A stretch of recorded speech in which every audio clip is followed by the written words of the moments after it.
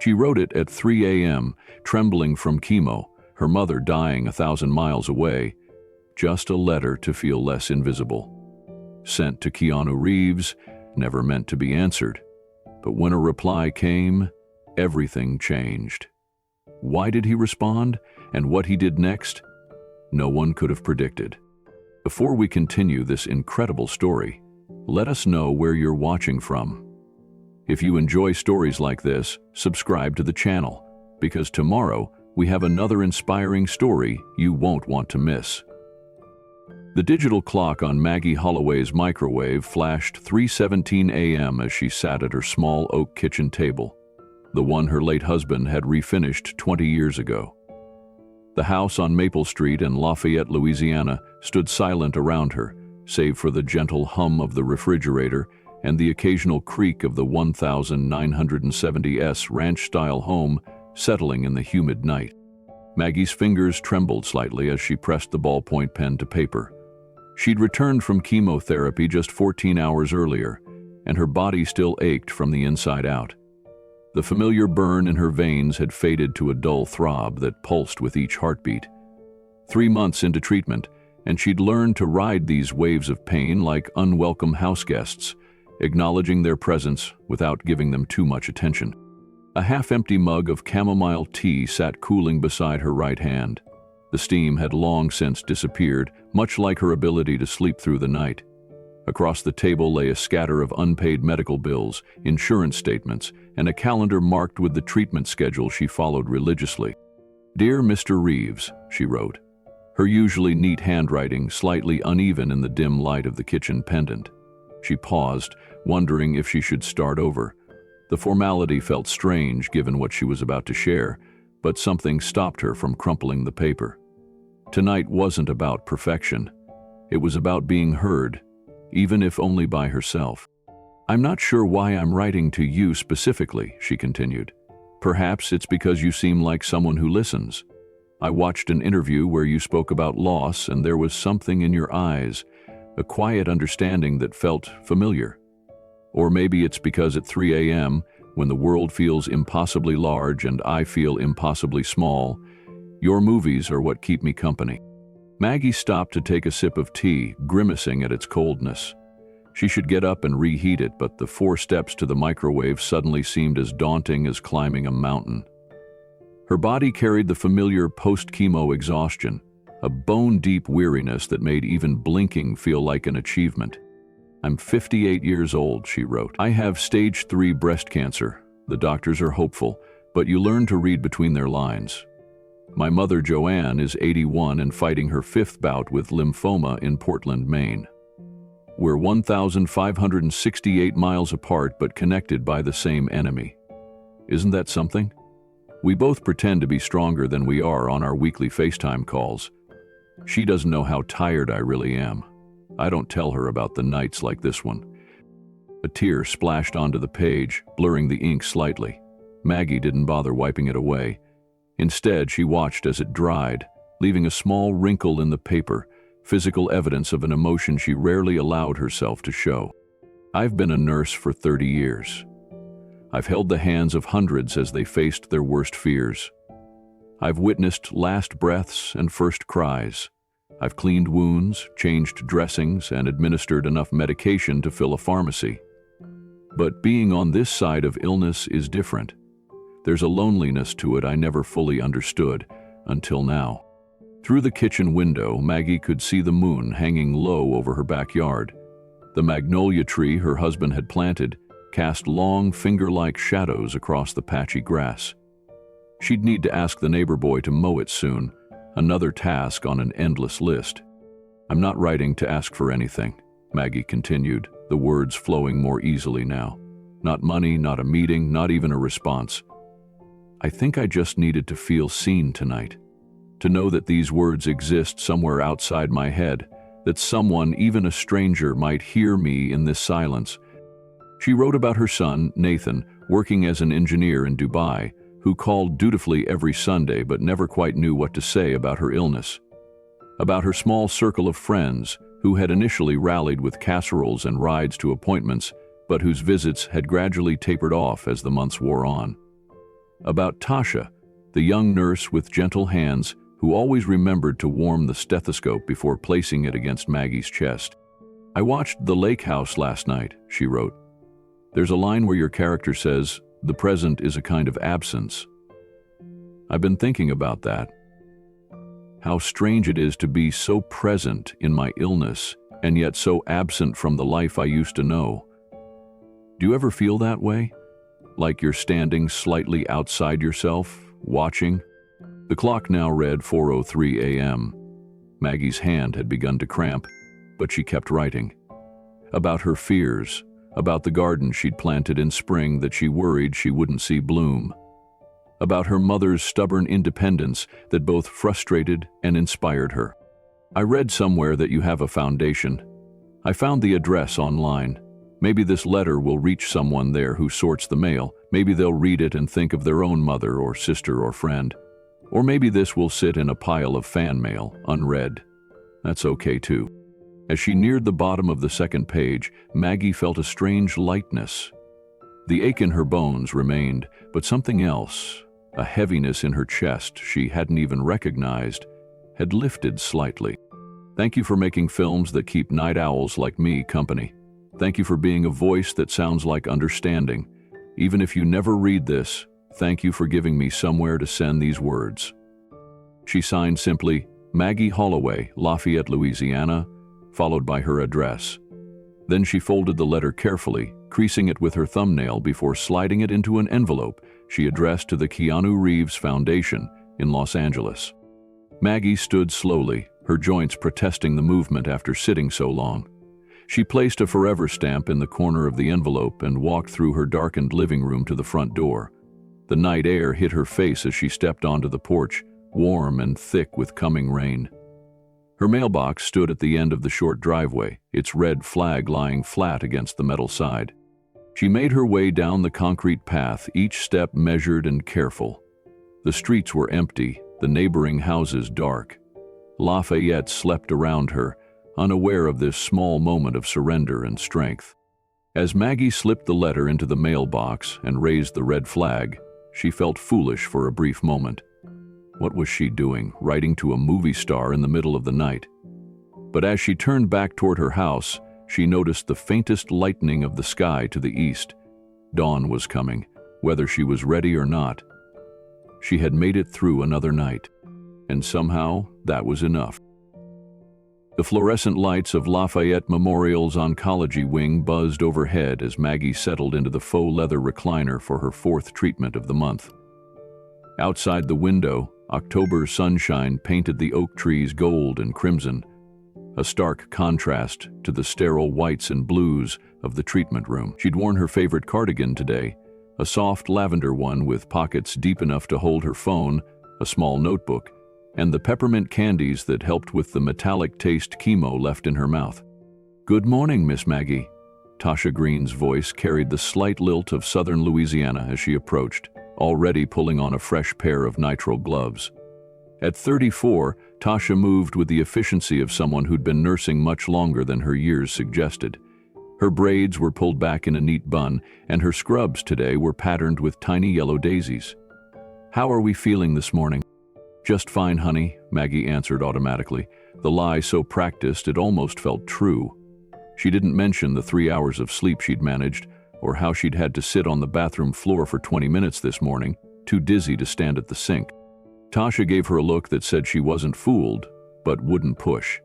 Instead, she checked Maggie's vitals with gentle efficiency, her hands warm and steady as she wrapped the blood pressure cuff around Maggie's increasingly thin arm.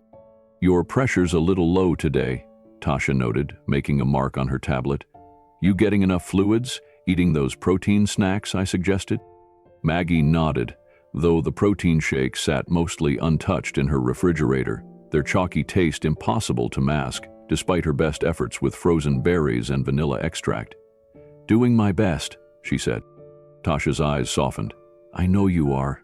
She began preparing the IV line, her movements precise and practiced. "And your mama? How's she doing up there in the cold north?" "Stubborn as ever," Maggie replied, wincing slightly as the needle found its mark. "Says the fall colors are beautiful this year. Refuses to let her neighbor drive her to appointments, even though her vision isn't what it used to be. Sounds like someone else I know, Tasha said with a small smile, securing the IV with clear tape. Must run in the family. As Tasha hung the bag of clear fluid that would deliver both healing and harm to Maggie's body, Maggie thought about the letter she'd mailed nearly a week ago. It felt like a dream now, those early morning words scrawled in semi-darkness. What would someone like Keanu Reeves think of an aging nurse pouring out her heart like that? The folly of it made her cheeks warm with embarrassment. "Your drip's all set," Tasha said, adjusting the flow rate. "Need anything before I check on Mrs. Davidson?" "I'm all set, honey, thank you." Once alone, Maggie pulled out her phone. It was almost time for her weekly call with her mother. She opened FaceTime and tapped on Joanne's contact, their similar blue eyes staring back from their respective profile pictures. The call connected after 4 rings. "There you are!" Joanne Holloway's face appeared, slightly too close to the camera as always. Despite her 81 years and current battle with cancer, Joanne's hair was perfectly set in the same auburn wave she'd worn since the 1970s. Her lipstick was carefully applied, though Maggie could see the slight tremor in her mother's hand as she adjusted the iPad. "I was beginning to think you'd forgotten our date." "Never," Maggie smiled, angling her phone so the IV stand wasn't visible. She'd positioned herself by the window, letting the natural light soften the hospital setting. "Just running a few minutes behind. How's Maine treating you today?" "Cold already," Joanne huffed. 43 degrees this morning. Martin next door had to help me bring in my mums last night. First frost warning of the season." "You shouldn't be lifting those heavy pots, Mama," Maggie chided gently. "That's what neighbors are for." "I'm not dead yet," Joanne said sharply, then softened. "Sorry, honey. Just tired of feeling useless. My appointment yesterday took forever. New doctor. Barely looks old enough to drive, let alone practice medicine." They fell into their familiar dance, Joanne complaining about her treatments but insisting she felt just fine, Maggie sharing carefully edited stories about her garden and the book club she'd had to stop attending, but didn't mention why. Neither acknowledged the weight loss evident in both their faces, or the way exhaustion shadowed their eyes. "You're at work today?" Joanne asked, peering suspiciously at the background. "Just finishing up some paperwork," Maggie lied smoothly. "You know how it is with hospital administration."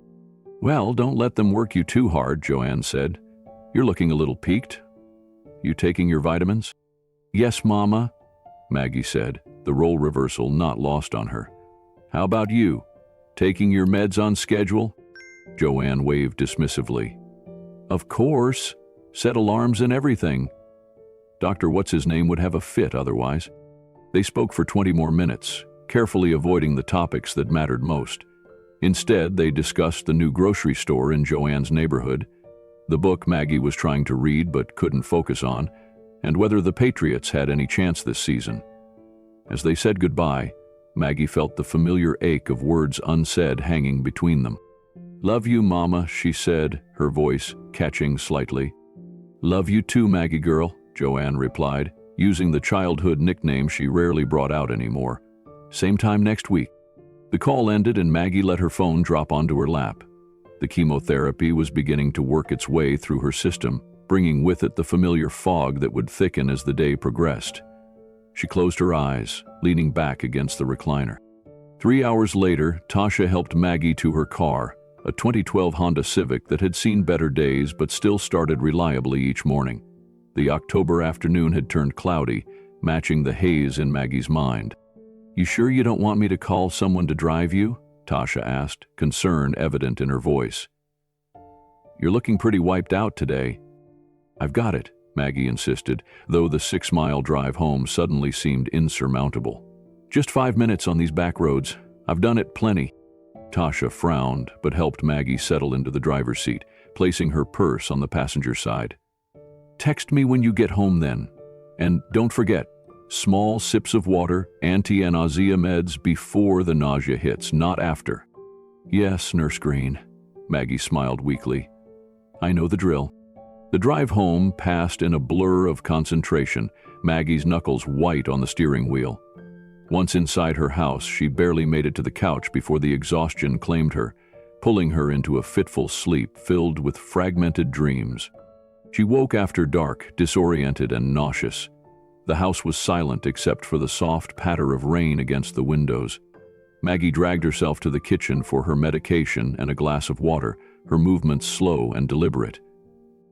As the anti-nausea pills began to work, Maggie found herself staring at the small television in her living room. Sleep wouldn't come again soon. Chemo always disrupted her normal patterns, leaving her wired and exhausted simultaneously. She picked up the remote and began scrolling through her streaming queue. There, in her recently watched section, was John Wick. Next to it, Speed and The Matrix. Evidence of her late-night companionship with Keanu Reeves's characters. Without quite deciding to, she selected The Lake House again. There was something comforting about its gentle pace, its belief in connections that transcended ordinary limitations. As Alex and Kate's story unfolded on screen, Maggie wrapped herself in the quilt her grandmother had made, a reminder of the generations of strong women in her family. The letter she'd written faded further from her mind, becoming just another quiet moment in a series of quiet moments that made up her days now. Outside, the rain continued, washing away the day. On screen, Keanu's character waited patiently for an impossible love, and in her living room, Maggie Holloway fought her own quiet battle, 1 hour at a time, unseen by the world outside her walls. 3 weeks passed in the familiar rhythm Maggie had come to know. Treatment days that left her hollowed out, recovery days when she could almost pretend normalcy, and the in-between days filled with doctor appointments, blood work, and careful conservation of her dwindling energy. October had given way to November, bringing with it a rare chill to southern Louisiana that made her bones ache in a different way. Wednesday morning dawned gray and misty as Maggie shuffled to her mailbox in her plush robe and slippers, the dew from the grass seeping into the fabric around her ankles. The walk to the end of her driveway, once thoughtless, now required calculation. How much energy it would cost, whether the trip was necessary, if she should bring her cane for support. Today was a good day, relatively speaking. Her red blood cell count had improved slightly according to yesterday's labs, and she'd managed toast with peanut butter for breakfast. The mail carrier had come early. Maggie pulled out the usual assortment, a power bill, a medical statement, always medical statements now, a coupon flyer from the local grocery store, and a plain white envelope with no return address, just 2 initials written in the upper left corner, KR. Maggie stared at it, her heartbeat suddenly loud in her ears. The handwriting was neat and masculine, the envelope slightly heavier than standard stationery. For a moment, she wondered if she was still in bed, dreaming this moment. She tucked the other mail under her arm and held the mysterious envelope in both hands as she made her way back to the house, moving with more purpose than she had in weeks. Once inside, she set the bills aside on the entryway table and carried the white envelope to her favorite armchair by the window. "This can't be," she whispered to the empty room, turning the envelope over. It bore no special markings, just her name and address written in the same careful script as the initials. She ran her thumb over the handwriting, feeling the slight indentation where the pen had pressed against paper. With a deep breath, she slid her finger under the sealed flap and opened it carefully, not wanting to tear whatever might be inside. The envelope contained a folded sheet of cream-colored stationery, not formal letterhead, but the kind of quality paper one might choose for personal correspondence. She unfolded it with trembling hands, and there it was, a handwritten letter in the same careful script as the envelope. "Dear Maggie," it began, without preamble. Her heart stuttered. She'd written to the foundation, to a faceless organization, not to the man himself, yet here was a letter that seemed to be from... No, it couldn't be. "Your letter found its way to me last week. Not all of them do, there are many, as you might imagine, but yours arrived on a day when I was actually in the office, and something about the handwritten address made me ask to see it."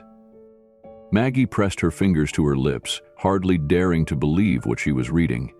She glanced at the signature at the bottom of the page, a simple Keanu scrawled in a slightly looser hand than the careful paragraphs above it.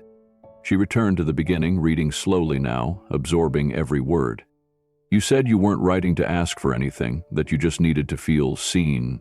I want you to know that I see you, Maggie. Your words about standing outside yourself, watching your life from a distance, I understand that feeling. The strange duality of being simultaneously so present in your experience and yet removed from the life you once knew. A tear slipped down Maggie's cheek. Her letter had been rambling, written in the strange vulnerability of late-night solitude. She hardly remembered exactly what she'd written, only the release she'd felt afterward. But he had read it, really read it, and responded to her actual words, not with platitudes or generalities. My sister Kim fought cancer for a decade, the letter continued. She was diagnosed with leukemia in 1991. Your strength reminds me of hers, that quiet determination to face each day as it comes, to find meaning even in the most difficult moments. The way you described caring for others as a nurse for 30 years while now navigating your own illness and worrying about your mother from afar, that kind of strength is louder than you know.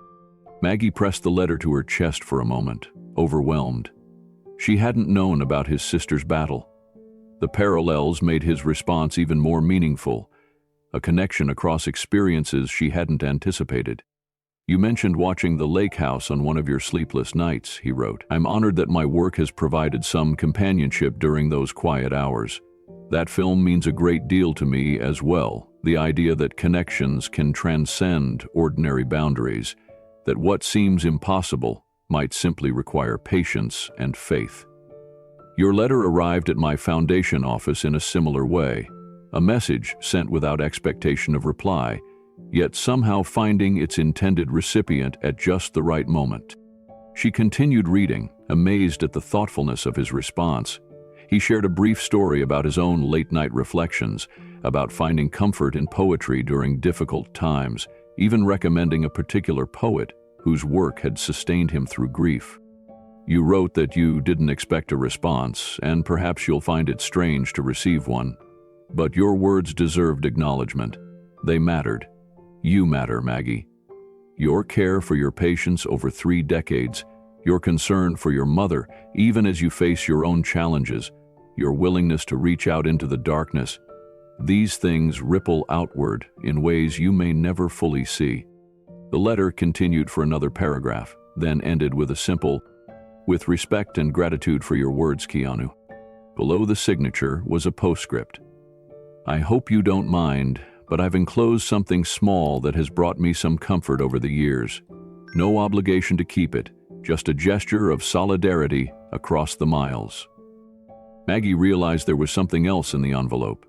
She turned it over, and a small object fell into her palm, a pendant on a delicate silver chain. The pendant was shaped like a sunrise, half-circle rays extending upward in polished silver. Simple, but beautiful, with a weight that spoke of quality craftsmanship. She held it up to the morning light filtering through her curtains. The silver caught the weak November sun, sending tiny reflections dancing across her living room wall. There was no note explaining its significance, yet somehow Maggie understood. A symbol of endurance, of making it through the dark to see another dawn. For several minutes, Maggie sat motionless, the letter in one hand and the pendant in the other. Tears flowed freely now, but they weren't the tears of frustration or fear that had become so familiar. These were different, a release of something tightly held, a recognition of being truly seen. She read the letter again, and then a third time, her fingers tracing the words as if to confirm their reality.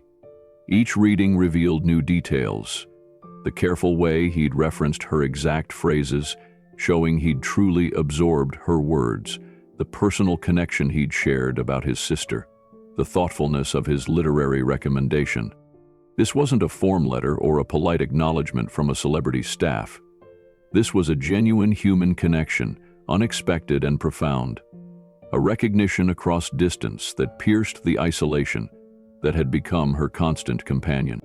Maggie carefully folded the letter and returned it to its envelope, placing it on the side table. Then, with fingers that had grown more nimble with practice at handling her own medical port, she fastened the silver chain around her neck. The pendant rested just below her collarbone, a small weight against her chest. She caught her reflection in the window glass, a thinner version of herself, hair growing back in scattered patches beneath the soft knit cap she wore indoors. But in her eyes, something had changed. A spark had returned, small but unmistakable. Maggie reached for her phone. For the first time in weeks, she felt an urgent need to connect, to share this. Within moments, her phone pinged with Tasha's reply. "Of course. Everything okay?" Maggie smiled, her thumb hovering over the keyboard. How to explain, how to compress this moment into a text message? "Yes," she typed finally. "For the first time in a while, everything is okay." She set her phone down and moved to the kitchen to make tea, the pendant swinging gently against her chest with each step. The gray November day continued outside her window, but inside, something had shifted. A letter had traveled from her hands into the world and returned as something else entirely. A reminder that even in the depth of night, connections could be formed. That being seen, truly seen, was its own kind of healing. The silver sunrise pendant became Maggie's constant companion over the following days. She wore it tucked beneath her blouses and sweaters, a private talisman against the growing winter chill. Sometimes, during particularly difficult moments, when the nausea peaked or fatigue made even lifting her head from the pillow seem impossible, she would press her palm against it through her clothing, feeling its gentle outline against her skin. She hadn't shown it to anyone except Tasha, who had arrived that evening wide-eyed with curiosity, still in her daisy-mattered scrubs from a 12-hour shift.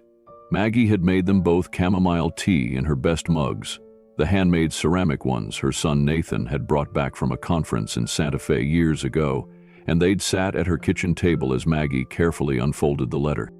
"You're telling me Keanu Reeves wrote this? Himself?" Tasha had asked, her voice hushed as she examined the cream-colored paper. "Like, the actual Keanu Reeves?" "I think so," Maggie had replied, still scarcely believing it herself. "Look at the signature, and these references to things I wrote in my letter. They're so specific." Tasha had read it twice, tracing her finger under each line as if to absorb the words more completely. When she finally looked up, her eyes were shining. Maggie, this is incredible. And he sent you this?" She gestured to the pendant, now hanging outside Maggie's sweater. "Yes." Maggie touched it lightly. No explanation, just said it had brought him comfort. "May I?" Tasha asked, reaching toward it. Maggie nodded, and Tasha gently lifted the pendant, examining its craftsmanship. "It's beautiful. Sunrise?" "That's what I thought too," Maggie said, making it through the night to see another dawn. Tasha had looked at her then with an expression that Maggie couldn't quite interpret, something between wonder and recognition. "This isn't just a fan thing," Tasha said finally. "This is a conversation between two people who understand something about each other." "Exactly." Maggie had smiled, relieved that Tasha understood. "It's not about him being famous, it's about—" She had struggled to find the words. "Being seen," Tasha had finished for her, echoing the phrase from both letters. Now, a week later, Maggie stood before her bathroom mirror, surveying her reflection with new eyes. The pendant gleamed against her skin, just visible at the neckline of her blouse. The woman looking back at her was still gaunt, still bearing the unmistakable markers of illness, the pallor, the thinned hair now covered by a soft blue scarf, the pronounced collarbones. But something had changed in her expression. "You're still here," she whispered to her reflection, a phrase she'd begun saying each morning, not as a question or with surprise, but as an acknowledgement, a greeting to herself. Maggie reached for her journal, a leather-bound book her nursing colleagues had given her when she'd taken medical leave. It had sat unused on her bedside table for months, its blank pages too daunting, too suggestive of a future she wasn't certain of. Now she opened it and picked up a pen. "November 16, she wrote. "I'm beginning to understand that being visible isn't about being seen by many, but by being truly seen by few. The words came easier than she expected, flowing from some newly awakened part of herself. She wrote about the letter, about the pendant, about the strange feeling of connection with someone she'd never met, yet who had somehow recognized something essential in her nighttime confessions. The journal entry sprawled across 3 pages before Maggie realized the time. She had her weekly FaceTime call with her mother in 15 minutes. Closing the journal, she felt a new resolve forming. The careful dance of half-truths and omissions that characterized their calls had begun to feel like another burden to carry. At precisely 11 a.m., her iPad chimed with Joanne's incoming call. Maggie settled into her armchair and accepted it, the familiar image of her mother's living room appearing on screen. Joanne sat in her favorite wingback chair, a crocheted afghan across her lap, despite the heating system that kept her main home almost uncomfortably warm. "There's my girl," Joanne said, her voice thin but cheerful. "How's the weather down in Louisiana today?" Normally, Maggie would have responded with small talk about the temperature, perhaps a comment about her neighbor's Christmas decorations going up too early. Today, she took a different path. "Mama," she said gently, "I need to tell you something." Joanne's smile faltered slightly. "What is it, honey? Is everything all right?" "Not exactly," Maggie said, her hand instinctively rising to touch the pendant beneath her blouse. "I haven't been honest with you about how I'm really doing." Silence stretched between them for a moment, the digital connection freezing Joanne's concerned expression into a tableau. Then the image shifted and Joanne leaned forward. "What do you mean?" Slowly, carefully, Maggie told her mother the truth. About the bad days when she couldn't get out of bed. About the friends whose visits had dwindled as her illness persisted. About the loneliness that had driven her to write a letter to a stranger in the middle of the night. "Oh, Maggie," Joanne's voice broke. "Why didn't you tell me?" "I didn't want to worry you," Maggie said. "You have your own battles, Mama. I thought I needed to be strong for you." "And I thought I needed to be strong for you," Joanne replied, a tear slipping down her cheek. "We're quite the pair, aren't we?" They both laughed then, a release of tension that felt like the breaking of a dam. For the first time in months, perhaps years, they spoke without the careful filters they'd constructed. Joanne admitted how frightened she was about her upcoming scan. Maggie confessed her frustration with her body's betrayal. They spoke of grief and fear and faith, the conversation flowing into places they'd both avoided for too long. "I want to see this pendant," Joanne said finally, after Maggie had told her about the letter. "Show me." Maggie pulled the silver sunrise from beneath her blouse, holding it close to the camera so her mother could see its detail. "It's lovely," Joanne said softly. "And he just sent it to you? Out of the blue?" "Yes," Maggie said, with no explanation, just that it had brought him comfort. "Well," Joanne said, wiping her eyes with a tissue, "I always did like his movies. Remember when we watched Speed together? You said he had kind eyes." Maggie laughed. "I did, didn't I? I'd forgotten that." When they ended the call, nearly an hour later, their longest conversation in recent memory, both promised to continue this new honesty. Maggie felt lighter than she had in months, as if she'd set down a heavy suitcase she'd been carrying. That afternoon, she did something she hadn't done in weeks. She asked her neighbor to drive her to the craft store. The Christmas season was approaching, and she wanted to find the right materials for the hand-knit scarves she traditionally made for her treatment team. Walking the aisles slowly, leaning on her cane, Maggie selected skeins of soft wool in rich, vibrant colors, a deep teal for Tasha, a burnished copper for Dr. Martinez, a forest green for Mike the Flebo technician, who always managed to find a vein on the first try. As she checked out, the young cashier commented on her choices. "These colors are gorgeous. Making holiday gifts?" "Yes," Maggie said, realizing with a start that she was planning for a future again, one holiday at a time. "For some people who have helped me through a difficult year." That evening, as the early darkness of November settled around her house, Maggie sat in her living room with soft music playing and began the first scarf. The familiar rhythm of knitting, a skill her grandmother had taught her decades ago, soothed her, the repetitive motion meditative. The pendant rested against her chest, warming with her body heat. The pendant rested against her chest, warming with her body heat. As her needles clicked softly, Maggie reflected on the strange journey of the past month. From a desperate, sleepless night to an unexpected connection that had somehow awakened parts of herself she thought cancer had taken permanently. She wasn't naive. She knew her prognosis hadn't changed. The cancer cells continued their relentless division. Her body still fought its daily battle. And the statistics hadn't magically improved, but something else had shifted. Something less tangible but no less real. Her phone buzzed with a text from Tasha. "How are you feeling after today's labs? Numbers looking better?" Maggie smiled. Before, she might have responded with a simple, "Fine," or "Hanging in there." Tonight, she typed, "Tired but good. Started knitting again.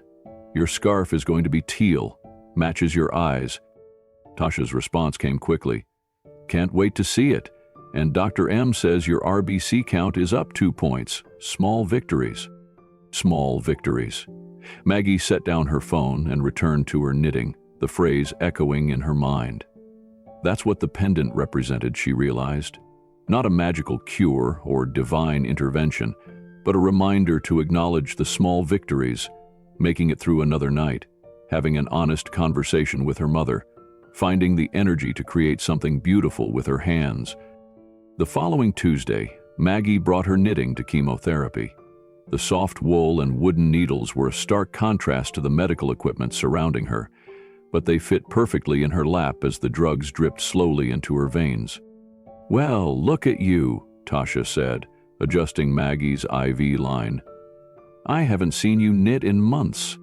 "Feels good to create something again," Maggie replied, "even on days when everything else feels like it's falling apart." Tasha nodded, her expression thoughtful. "You know, you seem different lately. More," she searched for the word, "present." Maggie's hand went to the pendant beneath her sweater. "I feel more present," she admitted. "It's hard to explain." "Try me," Tasha said, pulling up a chair during what was clearly a rare quiet moment in her shift. Maggie hesitated, her needles pausing. "It's like I've spent so much time focusing on survival, just getting through each treatment, each test, each day, that I forgot there's still living to do in the margins." She gestured to her knitting. "Small things, maybe, but still mine." "That letter really changed something for you, didn't it?" Tasha asked. "Not the letter itself," Maggie said slowly, thinking it through. "But being seen, really seen. Not as a patient or a diagnosis or a collection of symptoms, but as Maggie." She smiled slightly.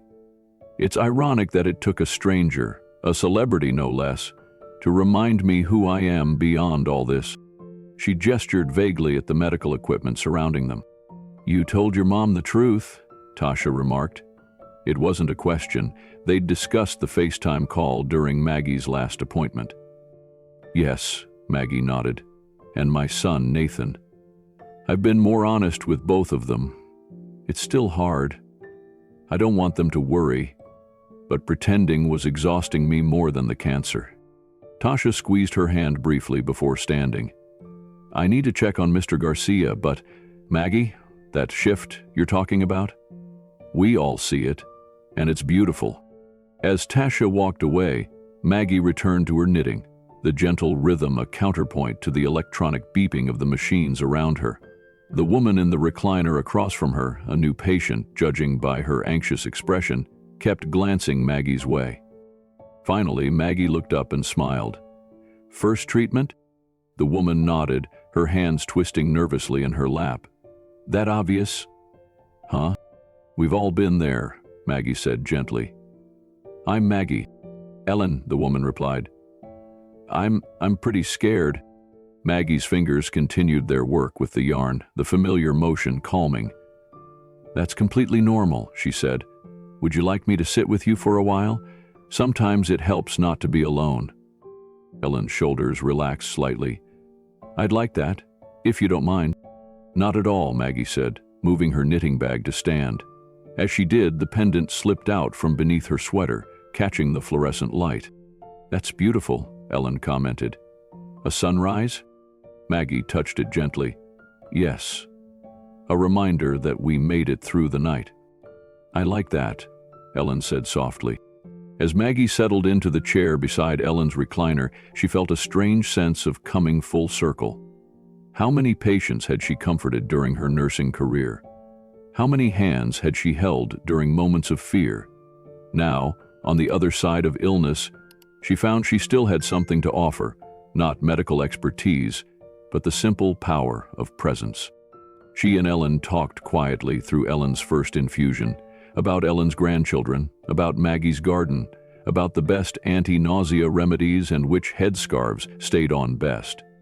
As their conversation continued, Maggie noticed Ellen's white-knuckled grip on the armrests gradually relax. Later, as Tasha helped Maggie gather her things to leave, she nodded toward Ellen, now dozing peacefully. That was kind of you, Tasha said quietly. Maggie shrugged. Sometimes, all we need is someone who understands. As she walked toward the exit, Maggie caught her reflection in the glass doors. Still thin, still bearing the unmistakable look of someone in treatment, but standing straighter than she had in months. The pendant glinted at her throat, no longer hidden but displayed openly, a symbol not just of survival, but of connection. See you Friday, Miss Maggie, called the receptionist as she passed. Looking forward to it, Carol, Maggie replied, and realized with some surprise that she meant it. December arrived with unexpected warmth for Louisiana, as if the weather itself had forgotten which season it belonged to. Maggie's appointment had been moved from her usual Tuesday to Thursday due to Dr. Martinez's conference schedule, disrupting the careful rhythm she'd established over months of treatment. She settled into the familiar recliner, room 4B, the one by the window that Tasha always tried to reserve for her. Today, however, Tasha was absent, called away to a family emergency according to the apologetic explanation from the charge nurse. In her place was Craig, a competent but quiet nurse whose attempts at small talk felt rehearsed compared to Tasha's natural warmth. All set with your IV, Miss Holloway? Craig said, taping down the line with practiced efficiency. The doctor ordered an additional antiemetic today since you mentioned increased nausea last time. It might make you a bit drowsy. Thank you, Craig, Maggie replied, already feeling the cool spread of medication through her veins. She reached for her knitting bag, but the thought of concentrating on stitches suddenly seemed overwhelming. Instead, she reclined the chair slightly and closed her eyes, allowing the gentle hum of the treatment room to wash over her. She must have dozed off, because when she next opened her eyes, the quality of light through the window had changed. The afternoon sun slanted differently, casting long golden bars across the linoleum floor. The treatment room was quieter now. The morning rush of patients had thinned to just herself and an elderly man dozing 2 recliners away. Maggie checked her IV bag, still half full. She had at least another hour before she could leave. She reached for her phone to check the time, 2:17 p.m. No messages from Nathan or her mother. The drowsiness from the antiemetic made her eyes heavy, but she resisted drifting off again, not wanting to disrupt her sleep for the coming night. The door to the treatment room opened quietly. Maggie glanced up, expecting to see Craig returning for a vital check, or perhaps Dr. Martinez making his rounds.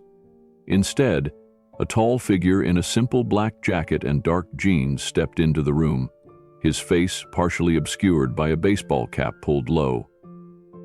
Maggie blinked, certain the medication was causing her to hallucinate. The man paused just inside the doorway, scanning the room before his eyes landed on her. Even from beneath the cap's brim, there was no mistaking those eyes. Dark, intent, yet somehow gentle. Her heart stuttered in her chest. It couldn't be. It simply couldn't be. The man approached her recliner slowly, as if concerned about startling her. As he drew closer, he removed the cap, revealing the unmistakable features of Keanu Reeves, the same face that had kept her company through countless sleepless nights on her television screen. "Maggie," he said quietly, his voice deeper in person than she'd expected. "I hope I'm not intruding." For several seconds, Maggie couldn't speak. Her mind raced to make sense of his presence here, in her treatment room in Lafayette, Louisiana, thousands of miles from Hollywood. "You're," she finally managed, her voice barely above a whisper. "Keanu," he supplied with a small, almost shy smile. "I hope it's okay that I came. The foundation called the hospital. They were very helpful once I explained." Maggie realized her mouth was slightly open and closed it quickly. "But why? How are you here?" He glanced around, then gestured to the empty chair beside her recliner.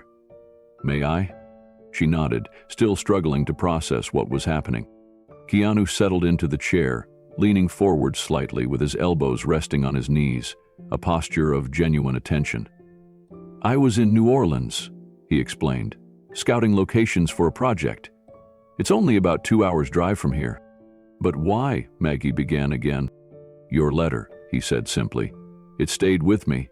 I kept thinking about what you wrote, about invisibility, about standing outside yourself. When I realized I was going to be nearby," he shrugged, a small gesture that somehow conveyed both humility and certainty. "It felt important." Maggie's hand went instinctively to the pendant at her throat. Keanu's eyes followed the movement, and a warm smile spread across his face when he saw it. "You're wearing it," he said softly. "Every day," Maggie replied, finding her voice at last. It's become important to me." "I'm glad." His eyes met hers directly now, and Maggie was struck by the genuine warmth in them. There was none of the awkwardness or condescension she might have expected from a celebrity visit to a cancer patient. No sense that this was a photo opportunity or an obligation, just one human connecting with another. "I don't know what to say," Maggie admitted. "Thank you seems inadequate." "No need for thanks," Keanu replied. "Your words touched something in me. They reminded me of conversations I had with my sister during her illness." "Your sister," Maggie said. "You mentioned her in your letter. I'm so sorry for your loss." "She fought for a long time," he said, a shadow of old grief passing across his features. "And she taught me a lot about what matters. About showing up for people, even when it's hard, especially when it's hard." The treatment room remained quiet around them, the afternoon sun casting both their faces in gold. The elderly man 2 recliners away continued to doze, unaware of the extraordinary encounter unfolding beside him. "How are you really doing?" Keanu asked, his tone suggesting he wanted the truth, not the polite answer most people settled for. To her surprise, Maggie found herself really telling him, about the past month. About the good days when she could almost forget she was ill, and the bad days when getting from bed to bathroom seemed an insurmountable challenge. About her reconnection with her mother, the hard conversations with her son, and her rediscovery of small joys like knitting and writing in her journal. "The pendant helped," she admitted. "Not in a magical way, but as a reminder that someone saw me, really saw me." Keanu listened intently, occasionally asking a question, but mostly just bearing witness to her experience. There was something profoundly healing in his attention, a quality of complete presence that Maggie had rarely encountered.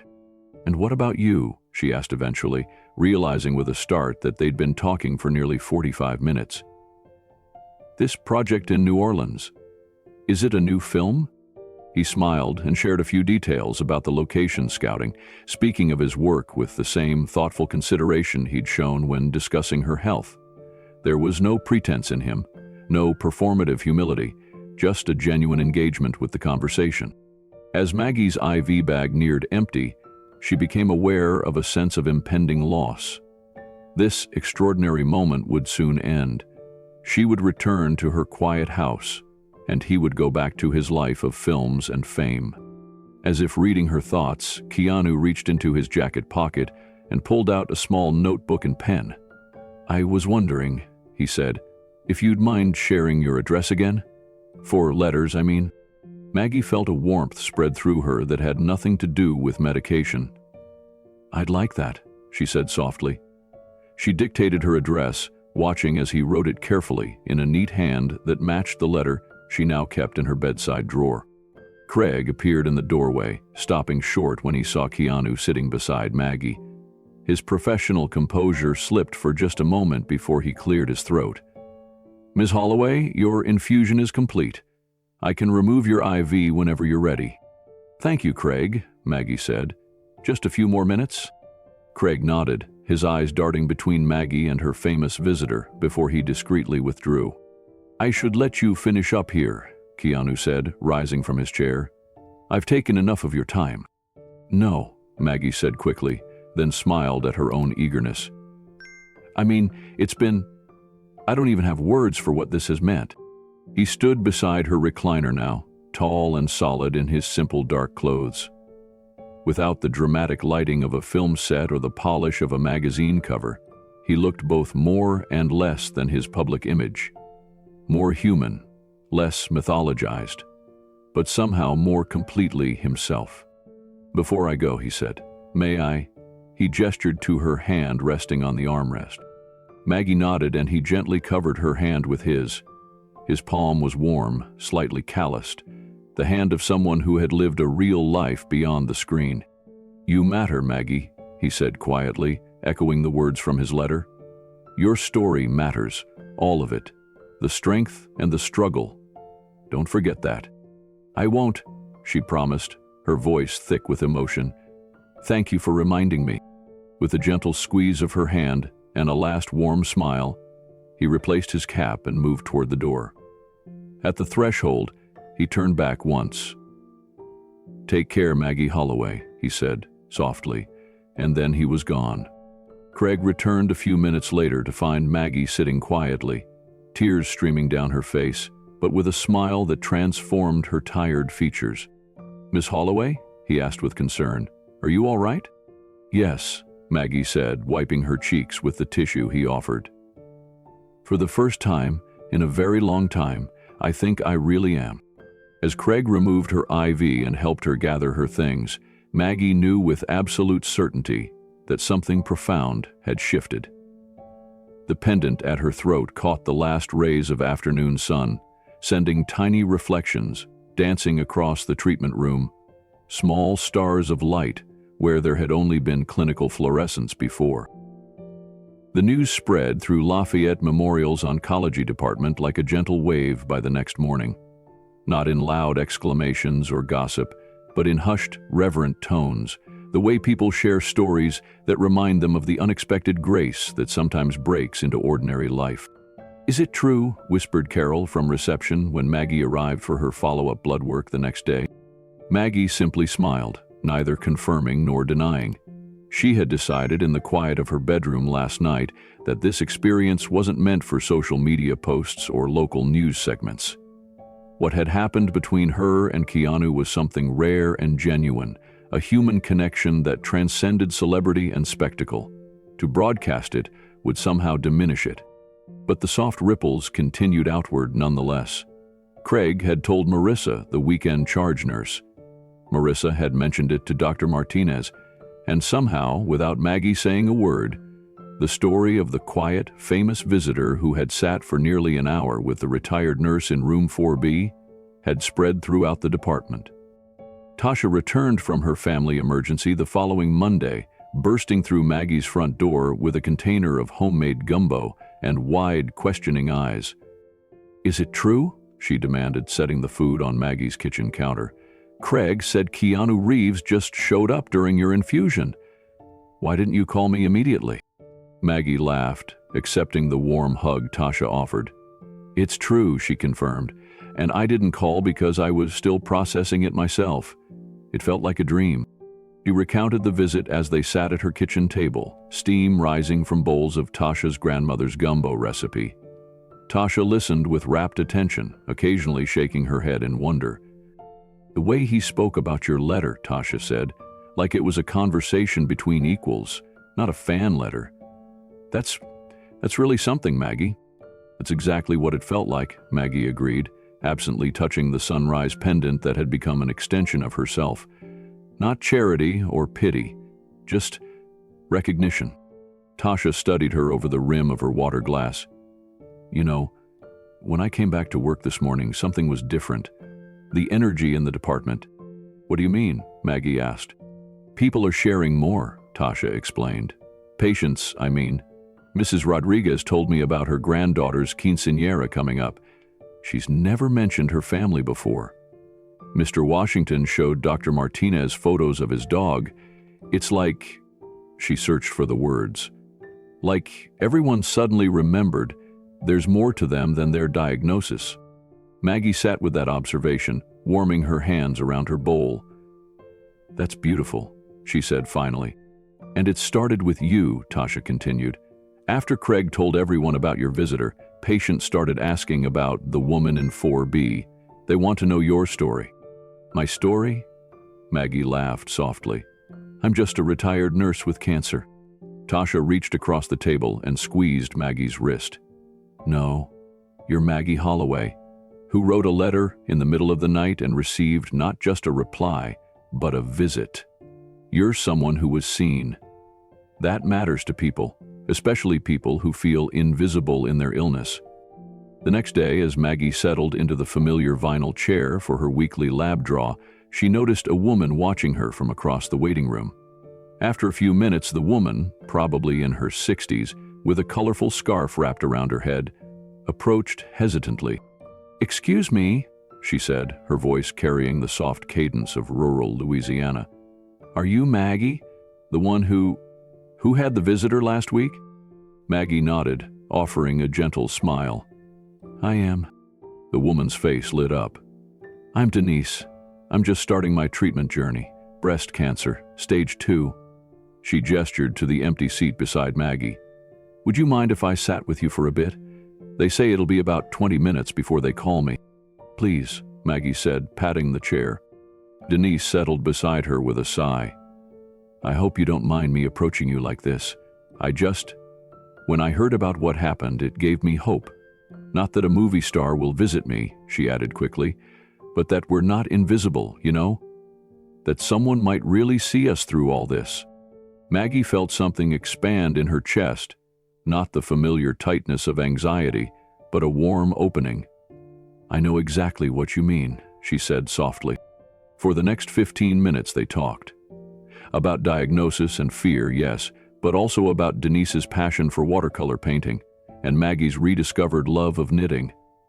When Denise was called for her appointment, she squeezed Maggie's hand. Thank you, she said simply. As Maggie watched her walk away, Tasha appeared with her tablet for the pre-draw check-in. Making friends? She asked with a knowing smile. I think so, Maggie replied. She just wanted to talk. You're becoming quite popular around here, Tasha said, checking Maggie's blood pressure. In the best way. The pattern continued over the next week. During her treatment sessions, other patients would hesitantly approach, drawn not by celebrity gossip, but by the story of connection that had somehow spread throughout the department. Sometimes they just wanted to sit quietly next to someone who understood. Other times they had questions about coping strategies or side effect management, things Maggie, with her nursing background, could address with both professional knowledge and personal experience. After one particularly long session where she'd spent time with 3 different patients, Maggie found herself unexpectedly energized rather than depleted. As she gathered her belongings, Dr. Martinez stepped into the treatment room. Holloway, he said with a warm smile, do you have a moment? Of course, doctor, Maggie replied, expecting a discussion about her latest lab results. Instead, Dr. Martinez gestured to the small conference room across the hall. I was hoping we could chat privately for a minute. Curious, Maggie followed him into the room, where he closed the door and took a seat at the small table. I've been observing something interesting over the past week, he began. Ever since your special visitor. Maggie felt herself blush slightly. I hope it hasn't caused any disruption to the department. Quite the opposite, Dr. Martinez replied, leaning forward. I've been practicing oncology for 22 years, Ms. Holloway. I've seen how isolation affects outcomes. Patients who feel connected, truly seen and heard, often respond better to treatment. He gestured toward the treatment room they'd just left. What's happening out there is remarkable. Patients are talking to each other, sharing experiences, finding community, and you seem to be at the center of it. Maggie shook her head slightly. I'm just sitting with people, doctor, nothing special. That presence is exactly what's special, he countered. You've become a sort of lighthouse for others here, a reminder that being sick doesn't erase who you are. The word resonated through Maggie. Lighthouse. Tasha had used the same term weeks ago. She touched the pendant at her throat, remembering Keanu's words about her strength being louder than she knew. I've been considering starting a support group here at Lafayette Memorial, Dr. Martinez continued. Nothing formal, just a space for patients to connect. Would you consider helping facilitate it? Once you're feeling up to it, of course. Maggie blinked in surprise. Me? But I'm still in treatment myself. That's precisely why you'd be perfect, he said. You understand both sides, the medical perspective from your nursing career and the patient experience firsthand. Plus, he added with a smile, people already gravitate toward you naturally. The old Maggie, the one from before the letter, before the pendant, before the visit, would have demurred, citing her illness as a reason she couldn't help others. But the Maggie who sat across from Dr. Martinez now was different. Still sick, yes, still tired most days, but also more fully herself than she had been in months. I'd be honored, she said, though I may need to take it slow at first. Of course, he replied, standing to open the door for her. We'll start small, maybe twice a month to begin with. As Maggie walked toward the exit, she passed the central nurses' station where Tasha was charting. Tasha looked up and smiled. You're glowing today, Miss Maggie. Good news from the doctor? Maggie paused, considering the question. Not about my cancer, she said, but yes, good news nonetheless. That evening, as Maggie prepared for her weekly FaceTime with Joanne, she found herself reflecting on the strange turn her life had taken. A month ago, she had been a woman disappearing into her illness, invisible even to herself. Now, somehow, she had become a nexus of connection for others, facing the same journey. When her mother's face appeared on screen, Joanne immediately noticed the difference. You look better, she said, studying Maggie closely. More present. Maggie smiled. That's exactly what Tasha said a few weeks ago. She told her mother about Dr. Martinez's proposal for the support group, about the patients who had begun seeking her out, about the unexpected energy she'd found in these connections. You've always been a lighthouse, Maggie girl, Joanne said softly, even as a child. Remember how the neighborhood kids always ended up at our kitchen table with their problems? You've had that quality your whole life. People know they're safe with you. Maggie felt tears prick her eyes at this recognition. Her mother seeing something essential in her character that cancer had temporarily dimmed but not extinguished. The funny thing is, Maggie said, I'm still broken in all the same ways, still sick, still tired, still afraid sometimes, and still shining, Joanne finished for her. Later that night, as Maggie prepared for bed, she caught her reflection in the bathroom mirror. The woman looking back at her was still gaunt, still bearing the physical markers of her illness. But her eyes held something new, or perhaps something very old that had simply been remembered. A quiet strength, a gentle certainty. She touched the silver sunrise at her throat, its familiar weight a reminder of unexpected grace. And still shining, she whispered to her reflection. The idea came to Maggie on a Tuesday morning in early January, as Louisiana experienced an unusual cold snap that left a thin layer of frost on her winter-dormant garden. She'd been sitting at her kitchen table, the same one where she'd written to Keanu months earlier, drinking tea and watching a cardinal hop along her fence when the thought surfaced with unexpected clarity. If one letter could change her life, what might other letters do? The realization that many patients at Lafayette Memorial were experiencing the same isolation she had felt struck her with such force that she set her mug down with a clatter, spilling tea across the wooden surface. As she mopped up the liquid with a dishcloth, the idea continued to unfold. Anonymous letters, messages of understanding and recognition, words that might find someone at exactly the right moment, just as Keanu's had found her. Maggie pulled her journal toward her and began to write. Not a letter yet, but a list of what had mattered most to her when she'd received Keanu's response. The acknowledgement of her specific experience, the absence of platitudes, the genuine connection across distance. By the time the cardinal had flown away, Maggie had filled 3 pages with notes and possible phrases. She tore a fresh sheet from the back of her journal and began her first letter. To whoever finds this, she wrote, her handwriting steady and clear. You don't know me, and I don't know you. But I know something about sitting where you're sitting, about watching the minutes tick by during infusion, about wondering if anyone can truly see past your diagnosis to the person you still are beneath it all.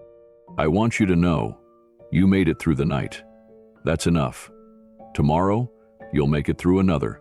And in these accumulated survivals is a victory that no scan can measure. You are not your illness. You are not a statistic or a prognosis. You are still here, still breathing, still capable of receiving these words from one stranger to another. When you leave this place today, look up at the sky. It belongs to you as much as to anyone. The air in your lungs, however labored, is proof of your belonging in this world. You matter. Not because of what you do or who you know, but simply because you are. With you in this moment, someone who understands. Maggie read it over, hesitated, then decided to leave it as it was, unpolished but genuine. She folded it neatly and slipped it into an envelope, leaving the front blank. After a moment's consideration, she drew a small sunrise in the corner, an echo of her pendant. That afternoon, she had a follow-up appointment with Dr. Martinez. As she gathered her purse to leave, she slipped the envelope inside. In the waiting room, as she prepared to depart, she watched for a moment when no one was looking, then left the letter on the side table beside a stack of outdated magazines. She felt a strange mixture of nervousness and excitement as she walked away, wondering who might find it and what it might mean to them.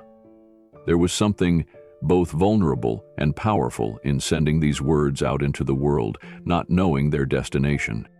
3 days later, during her regular treatment session, Tasha mentioned something curious. The strangest thing happened yesterday, she said as she adjusted Maggie's IV line. A patient found a letter in the waiting room. No name, no address, just words of encouragement that seemed to speak directly to her experience. Maggie kept her expression neutral. How interesting. What did the letter say? I didn't read it myself, Tasha replied.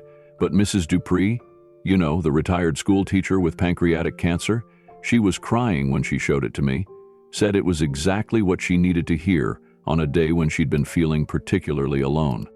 A warm feeling spread through Maggie's chest, entirely separate from the medication flowing into her veins. That's remarkable, she said softly. There was a little sunrise drawn on the envelope, Tasha continued, giving Maggie a sidelong glance. Reminded me of something. Their eyes met, and Maggie saw that Tasha had made the connection but wasn't going to press her. Instead, Tasha simply squeezed her hand and said, Whatever guardian angel wrote that letter, they have beautiful handwriting, almost like a nurse's. That night, Maggie wrote another letter and another the following day. Each was different, speaking to various aspects of the cancer experience, but all carried the same essence: recognition, presence, and the simple power of being seen. Some spoke to the physical challenges. Yes, it hurts. Yes, it's exhausting. No, you're not imagining how hard this is. I believe you. Others addressed the emotional landscape. It's okay to grieve who you were before. It's okay to be angry. It's okay to laugh inappropriately at the absurdity of it all. Your feelings are valid, every single contradictory one. A few focused on the relationships affected by illness. Those who stay are showing you who they truly are. Those who vanish are showing you the same. Both revelations, painful as they may be, are gifts in their way. Each letter she signed simply, "Someone who understands," and each envelope bore the small sunrise symbol in the corner. Maggie enlisted Tasha's help in distributing them, not wanting to risk being seen placing them herself. Tasha agreed without hesitation. "This is healing people, Maggie," she said. "Not their cancer, maybe, but something just as important." The letters began appearing throughout the oncology department, in the waiting room, the treatment areas, even the small chapel on the first floor. Patients started looking for them, this unexpected grace that might be waiting around any corner. Word spread beyond the oncology department. Maggie heard from Tasha that physicians in other specialties had begun asking about the letter lady and whether their patients might receive similar messages. Without quite planning it, Maggie found herself writing to people dealing with other chronic conditions, heart disease, lupus, MS, adapting her messages to speak to different experiences while maintaining the core of compassionate recognition. By mid-January, the hospital staff had noticed the pattern, but maintained a respectful silence about the source. Dr. Martinez himself stopped Maggie after an appointment and said simply, "Whatever you're doing, it's working. I've seen a shift in the entire department." The letters themselves began to take on a life of their own. Patients would find them, read them, sometimes keep them, and sometimes pass them along to someone they felt needed the message more. Some were photographed and shared with family members across the country. Others were tucked into purses and wallets, pulled out and reread during difficult moments. One evening, as Maggie sat writing at her kitchen table, her phone rang with a call from Tasha. "You won't believe what happened today," Tasha said without preamble. "A woman in radiation oncology, I don't even know her name. She brought in a letter. Not one of yours, a new one." Maggie set down her pen. "What do you mean?" "Someone has started writing their own letters," Tasha explained, excitement clear in her voice. It had the same sort of message, acknowledgement, understanding, presence. But different handwriting, different phrasing. And instead of a sunrise in the corner, there was a small star. A strange feeling washed over Maggie. Pride, mixed with something like awe. Her small act had inspired another. Someone else had felt moved to reach out, to create connection where isolation had been. That's wonderful," she managed. "Isn't it?" Tasha agreed. "And get this. Carol from reception said she saw two patients exchanging phone numbers in the waiting room, said they'd both found letters on different days and wanted to start a text group for others who'd received them. By February, Maggie had written over 30 letters, each unique yet carrying the same essential message. You are not alone. You are seen. You matter. Along the way, at least 3 other anonymous letter writers had joined her mission, their messages identified by different symbols: a star, a heart, a small tree. The oncology department at Lafayette Memorial had transformed. Patients who had once sat in isolated silence now greeted each other by name. Small conversations blossomed in waiting rooms. The support group Dr. Martinez had suggested was now meeting twice weekly, with Maggie serving as a quiet facilitator when her energy allowed. She became known as the Letter Lady, though no one, aside from Tasha, knew for certain she was behind the original notes. The identity hardly mattered. What mattered was the ripple effect, the expanding circles of connection that had begun with her midnight letter to Keanu. One afternoon in late February, a nursing student approached Maggie as she sat knitting during her infusion. The young woman, barely in her 20s, with bright eyes and a hesitant smile, stood nervously beside Maggie's recliner. "Em Holloway?" she asked. "I'm Emma. I'm doing my clinical rotation here this semester." "Hello, Emma," Maggie replied warmly. "How are you finding oncology?" "It's intense," Emma admitted. "But that's actually why I requested this department specifically." The girl twisted her hands together, seemingly gathering courage. "You probably don't remember this, but 7 years ago, I was a patient here. Hodgkin's lymphoma at 17. Maggie studied the young woman's face, trying to find traces of a teenage patient beneath the healthy glow of her skin. "I'm afraid I wasn't working here then," she explained gently. "I was a nurse at Mercy General until I retired 3 years ago."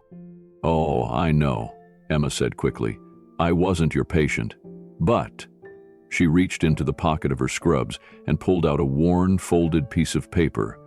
"One day during treatment, I found this." It changed everything for me.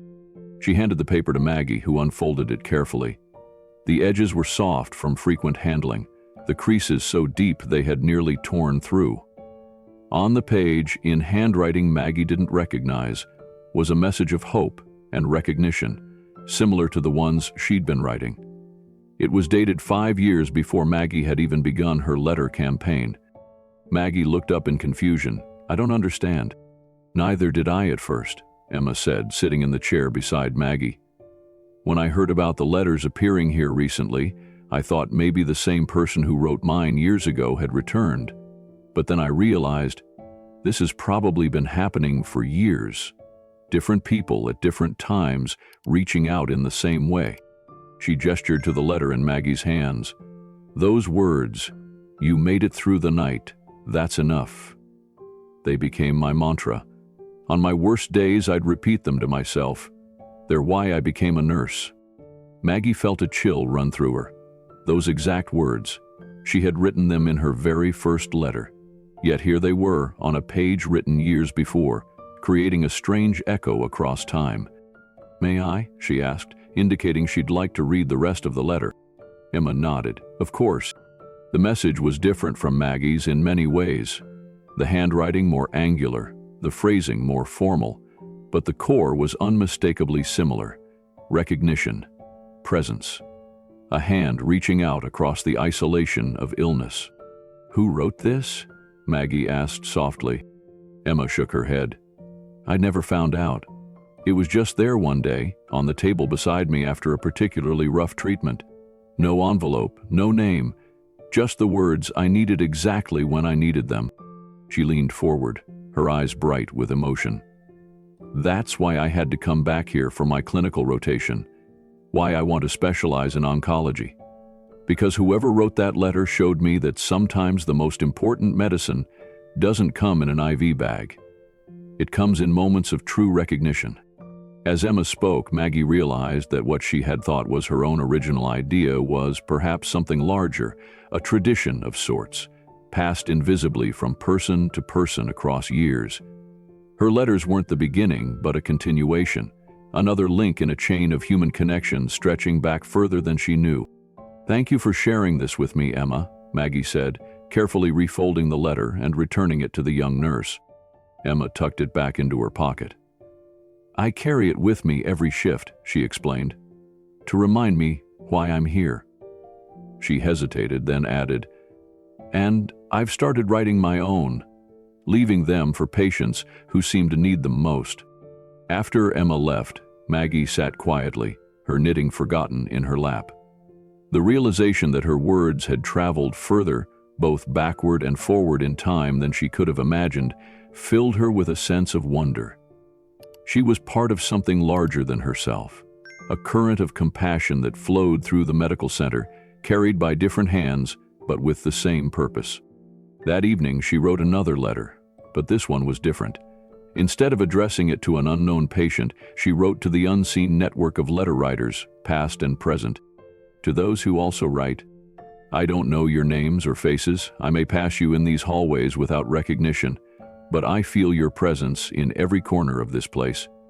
Your words, like mine, are small boats launched onto troubled waters. They carry nothing but recognition and the promise of companionship. Yet somehow, that is enough. Know that your efforts matter. A letter found becomes a talisman carried. A moment of being truly seen can illuminate even the darkest hours. We are lighthouses for each other, seen and unseen. With gratitude for your words," another writer. She folded this letter and asked Tasha to place it in the staff break room, where perhaps one of the other anonymous writers might find it. A message not to patients this time, but to fellow travelers on this path of quiet connection. Later that week, as Maggie entered the oncology department for her appointment, she noticed something new on the community bulletin board near the entrance. A small box mounted to the wall with a sign above it reading simply, "Letters of Light. Take one if you need it. Leave one if you're moved to write."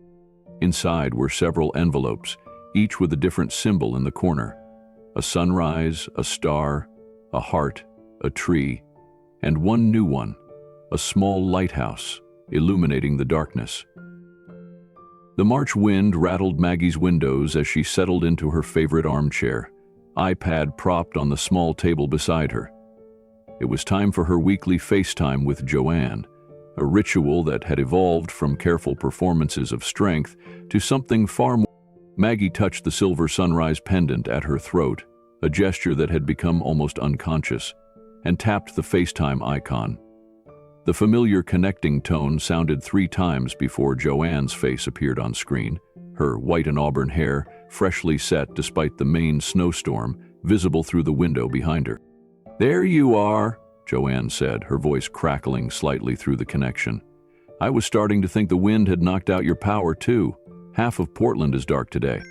"Still have power here," Maggie replied, noting the extra sweater Joanne wore and the flickering candlelight visible in the background. "But it looks like you don't. Are you keeping warm enough?" Joanne waved dismissively. "I'm fine. Martin next door ran an extension cord from his generator so I could keep my little space heater running. And I've got plenty of candles. Makes the place look rather romantic, don't you think?" Maggie smiled at her mother's characteristic stubbornness. At 81, in the midst of her own cancer treatment and now a power outage, Joanne Holloway was still determined to see the upside. Some things never changed. "How was your appointment yesterday?" Maggie asked, noting the slight shadows beneath her mother's eyes, evidence of the fatigue she was finally allowing herself to show. "Oh, the usual," Joanne sighed. "More waiting than treatment. But Dr. Winters says my numbers are holding steady. No worse, no better." She adjusted her iPad, bringing her face into clearer focus. "What about you? How's that new anti-nausea medication working?" "Better than the last," Maggie said honestly. "I actually kept dinner down 3 nights in a row this week." "That's my girl," Joanne smiled. "Small victories, right?" "Small victories," Maggie echoed, the phrase that had become something of a mantra between them. They settled into their conversation, discussing the practical matters of illness management, medication side effects, upcoming scans, insurance paperwork. Then, as had become their custom, they moved beyond cancer to the rest of their lives.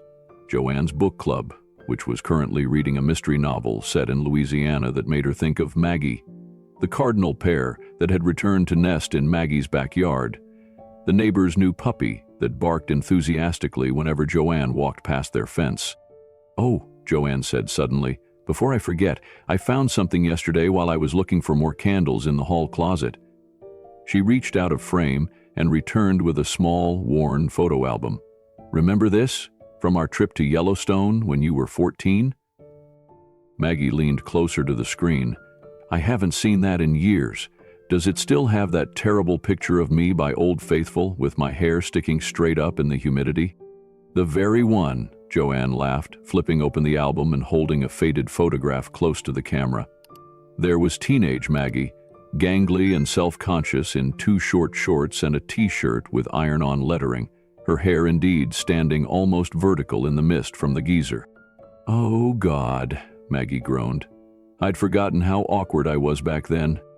"You were perfect," Joanne insisted. "Look at that smile. You were so excited about everything, the wildlife, the thermal pools, even the long drives between sites. Your father and I kept waiting for typical teenage complaints, but you just soaked it all in." They spent the next 20 minutes flipping through the album, Joanne holding each photo up to the camera while they both remembered details of that long-ago summer. The motel with the squeaky beds, the enormous elk that had blocked their hiking trail, the ranger who'd taught Maggie to identify different types of birdsong. "We should do another trip," Joanne said suddenly, "when we're both feeling better. Maybe not Yellowstone, my hiking days are behind me, but somewhere, just the 2 of us." The casual optimism in her mother's voice, the easy assumption of a future beyond illness, caught Maggie off guard. Tears pricked unexpectedly at her eyes. "I'd like that, Mama," she managed. "Very much." Joanne set the album aside and peered more closely at the screen. "What's that you're wearing? Is that new?" Maggie's hand went automatically to the sunrise pendant, which had slipped outside her sweater during their conversation. "Not exactly new," she said. "I've had it a few months now." "It's lovely," Joanne remarked. "Don't think I've noticed it before." Maggie hesitated. She'd mentioned Keanu's letter to her mother but had shared only the broad strokes, not the details of their correspondence or his visit. Something, but in this moment, with the warmth of shared memories between them and the simple reality of their parallel journeys with illness, the reasons for holding back seemed to evaporate. "It was a gift," she said. "From Keanu. He sent it with his letter." Joanne's eyebrows rose. "The actor? The one who wrote back to you?" "Yes," Maggie confirmed. There's actually more to that story that I haven't told you." "More?" Joanne leaned closer to her screen, the flickering candlelight casting dramatic shadows across her features. "What do you mean?" Taking a deep breath, Maggie began to share the full story. The handwritten reply that had arrived unexpectedly, the pendant without explanation, and then, most incredibly, Keanu's appearance at her treatment session. She described their conversation, his gentle presence, the way he had truly listened. As she spoke, she watched her mother's expression shift from curiosity to astonishment. "He just showed up?" Joanne asked when Maggie paused for breath. "No cameras, no publicity, just appeared in your treatment room?" "Yes," Maggie said. "He was in New Orleans for work and drove over. He said my letter had stayed with him, that it reminded him of conversations with his sister during her illness." "And you're only telling me this now?" Joanne's voice held a note of hurt. "I'm sorry," Maggie said softly. "It felt so personal, so sacred almost. I was worried it would sound unbelievable, or that you'd worry I was getting too emotionally invested in something fleeting." Joanne was silent for a long moment, her eyes fixed on something off-screen. When she finally looked back at the camera, Maggie was startled to see tears gathering in her mother's eyes. In all her adult life, she could count on one hand the times she'd seen Joanne cry. "Mama?" she asked, concerned. "I thought I had to be strong for you," Joanne whispered, her voice suddenly small and vulnerable in a way Maggie had never heard before.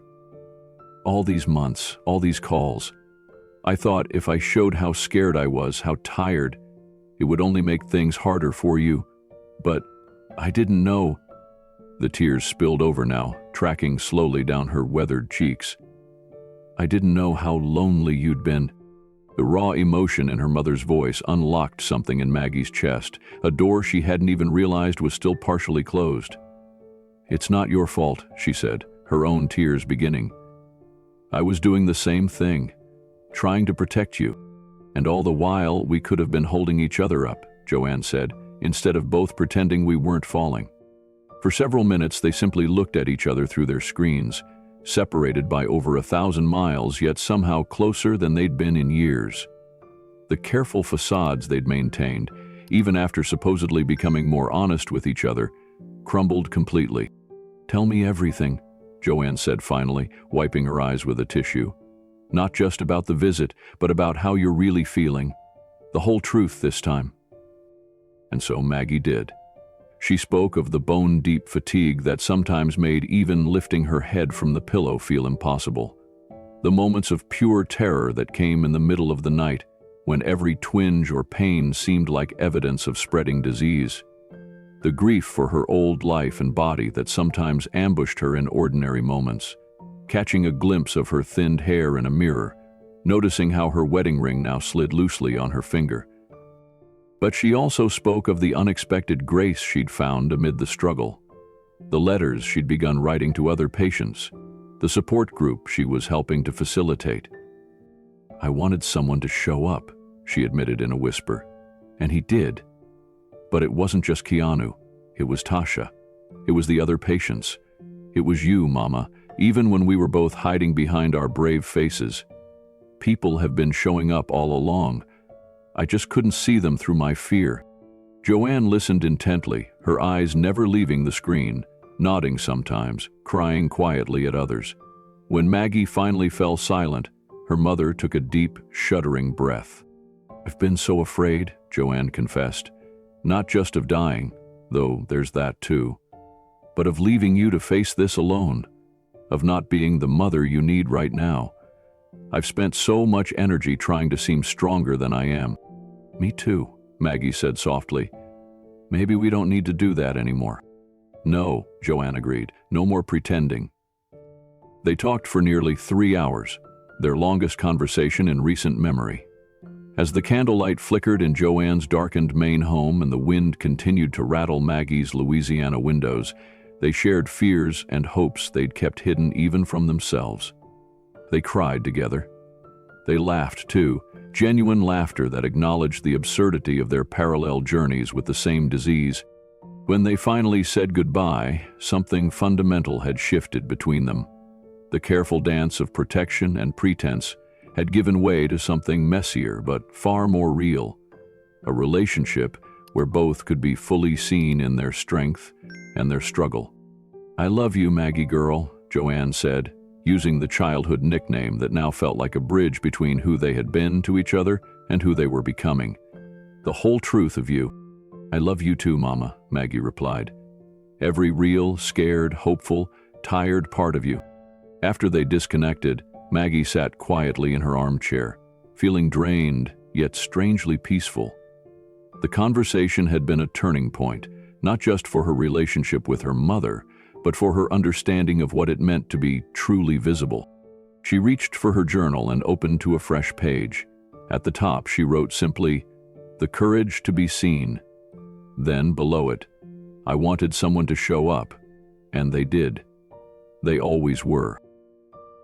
The text message from Nathan came on a Sunday morning in late March. "Mom, checking flights to Baton Rouge. Can be there Tuesday. Okay to stay with you for a while." Maggie stared at her phone, reading the words twice to be sure she hadn't misunderstood. Her son, who had been living in Dubai for the past 3 years working on a massive infrastructure project, was coming home. He'd called faithfully every Sunday since her diagnosis, his voice traveling across continents to ask about her treatment and offer encouragement. But between his demanding job and the complicated logistics of international travel, he hadn't been back to Louisiana since Christmas before her diagnosis. Her fingers hovered over the keyboard. Part of her, the part that still instinctively protected others from the reality of her illness, wanted to ask why he was coming, to assure him she was fine, to suggest he save his vacation days for a better time. But the lessons of recent months prevailed. Instead, she typed simply, "Yes, your room is ready. I would love to have you home." She set her phone down on the kitchen counter and turned to survey her small house with new eyes. What would Nathan see when he arrived? The living room was tidy enough, though perhaps the dust on the bookshelves had accumulated more than she'd realized. The guest bathroom needed attention, and his old bedroom, preserved in a state of suspended animation since his college years, could use fresh sheets and some airing out. For the first time in weeks, Maggie felt a surge of energy that had nothing to do with medication or treatment schedules. Her son was coming home. She had preparations to make. The following days passed in a flurry of activity, measured carefully against her limited stamina. She changed the sheets on Nathan's bed, placing the quilt his grandmother had made at the foot. She asked her neighbor's teenage son to mow the patchy lawn and trim the azalea bushes that flanked the front walk. She made a grocery list and arranged for delivery: fresh fruit, English muffins, Nathan's breakfast favorite since childhood, and ingredients for the gumbo recipe that had been passed down through generations of her family.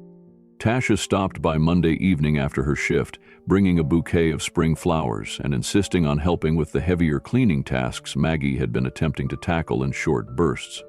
"You're pushing yourself too hard," Tasha scolded gently as she ran the vacuum through the living room while Maggie directed from the couch. "Nathan's coming to see you, not inspect your housekeeping." "I know," Maggie admitted, "but it's been so long since he's been home. I want everything to be—" She trailed off, not sure how to express what she wanted. "Normal?" Tasha suggested, understanding in her eyes. "As close as I can get it," Maggie agreed. "And I want to be able to take care of him while he's here. He's flying halfway around the world to check on his sick mother. The least I can do is make sure there's food in the refrigerator and clean towels in the bathroom." Tasha set the vacuum aside and sat next to Maggie on the couch.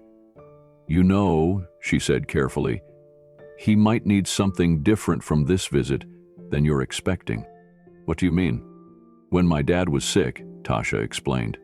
All us kids kept trying to pretend everything was fine whenever we visited. We'd tiptoe around his illness, make cheerful conversation, act like we were just there for a normal family weekend.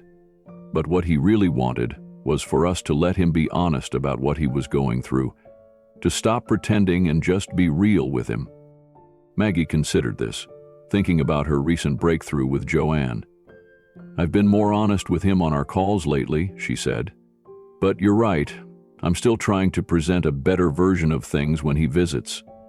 She sighed, looking around the freshly vacuumed living room. Old habits. Just something to think about, Tasha said, standing to put the vacuum away. Now, what else can I help with before I go? Tuesday afternoon arrived with a clarity of light that seemed to polish the edges of everything in Maggie's garden. The new green leaves on the oak tree, the purple irises standing tall among the daffodils, the gleaming wings of a cardinal as it flitted between branches. She sat on her small patio, waiting for the taxi that would bring Nathan from the airport. When the yellow cab finally pulled into her driveway at 3:42 p.m., Maggie rose slowly from her chair, one hand automatically finding the sunrise pendant at her throat. The back door of the taxi opened and there was Nathan, taller than she remembered somehow, his skin darkened by the Middle Eastern sun, his dark hair, so like his father's, cut shorter than when she'd last seen him. He paid the driver quickly and turned toward the house, a duffel bag slung over one shoulder. For a moment, he didn't see her standing on the patio, and Maggie had a chance to really look at him, this grown man who had once been the baby she'd cradled against her heart, the toddler whose small hand had trustingly held hers, the teenager who had pulled away only to return as a more fully formed version of himself. Nathan, she called softly. He turned, and his face transformed with a smile that carried echoes of every age he'd ever been. In 3 long strides he reached her, enfolding her in an embrace that was both gentle and fierce. Maggie breathed in the scent of him, airplane and unfamiliar cologne, and beneath it all the essential Nathanness that she would know blindfolded. "Let me look at you," she said, stepping back to study his face. There were new lines around his eyes, both smile lines and perhaps evidence of worry, but his warm brown eyes were exactly as she remembered. "I should be saying that to you," he replied, his gaze taking in the changes illness had wrought. Her thinner frame, the colorful scarf covering her once thick hair, the careful way she held herself to conserve energy. For a moment, Maggie felt the old impulse to deflect, to minimize, to present her best face. Instead, she simply said, "I know I look different. It's been a hard few months, but I'm still me." Something in Nathan's eyes shifted, relief perhaps, at not having to pretend he didn't notice the changes. "You look beautiful to me, Mom," he said, picking up his bag. "You always do." Inside, Nathan set his duffel in his old bedroom and washed up while Maggie made tea, a ritual from his childhood when he would come home from school and sit at the kitchen table, telling her about his day over mugs of tea and whatever cookies she'd baked that week. "The house looks great," he said as he joined her at the table, accepting the steaming mug she offered. "The garden, too. Have you been able to do much planting this spring?" "Some," Maggie replied. "On good days. And I have help. Mrs. Rodriguez's son comes over once a week to handle the heavier work." They spent the next hour in careful conversation, Nathan sharing sanitized stories from his work in Dubai, Maggie offering edited highlights of her treatment journey. It was pleasant but bordered on performative, each of them selecting which truths to share and which to withhold. As the afternoon light began to soften toward evening, Maggie stood to begin preparing dinner, the gumbo she'd started that morning, needing only the final touches now. "Let me help," Nathan said, following her to the kitchen. "What can I do?" "You can chop the green onions for garnish," she suggested, indicating the cutting board she'd set out earlier. They worked side by side, falling into a rhythm that reminded Maggie of weekend meals when Nathan was in high school, the easy choreography of family members who know each other's movements in a shared space. As she stirred the rich, dark roux that formed the gumbo's base, adding the holy trinity of onions, celery, and bell peppers, Maggie felt a sense of rightness settle over her. Whatever difficult conversations might lie ahead, this moment was good. Her son beside her, the familiar sense of home surrounding them. Over dinner, Nathan asked about her medical team, about the side effects of her various medications, about the prognosis Dr. Martinez had given her. His questions were detailed and specific, reflecting research he'd clearly been doing from afar. "You've been busy learning about all this," Maggie observed, touched by his evident care. "I should have been here sooner," he said abruptly, setting down his spoon.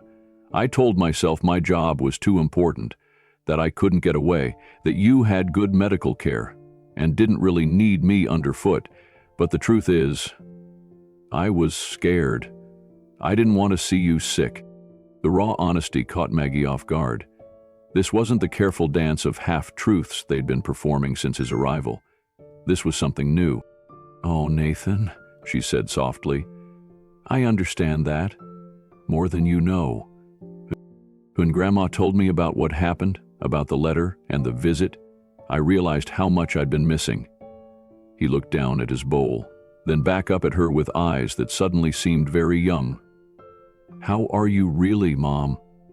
"The whole truth." Maggie took a deep breath, steadying herself against the emotion his question evoked. "Some days are really hard," she admitted. "The fatigue it's like nothing I ever imagined. And there's a loneliness to it that's difficult to describe. Like I'm traveling through a country where no one speaks my language." She told him then about the darkest moments, the fears that woke her at 3 a.m., the grief for her old energy and independence. But she also shared the unexpected gifts, the deepened connection with her mother, the letters she'd begun writing to other patients, the support group that was flourishing under her guidance. "And then there's this," she said, touching the silver sunrise pendant at her throat. "It's become a kind of talisman." Nathan leaned forward, noticing the pendant for the first time. "That's beautiful. Is that from Keanu?" Maggie confirmed. "He sent it with his letter. No explanation, just that it had brought him comfort during difficult times." "And then he actually came to see you?" Nathan shook his head in wonder.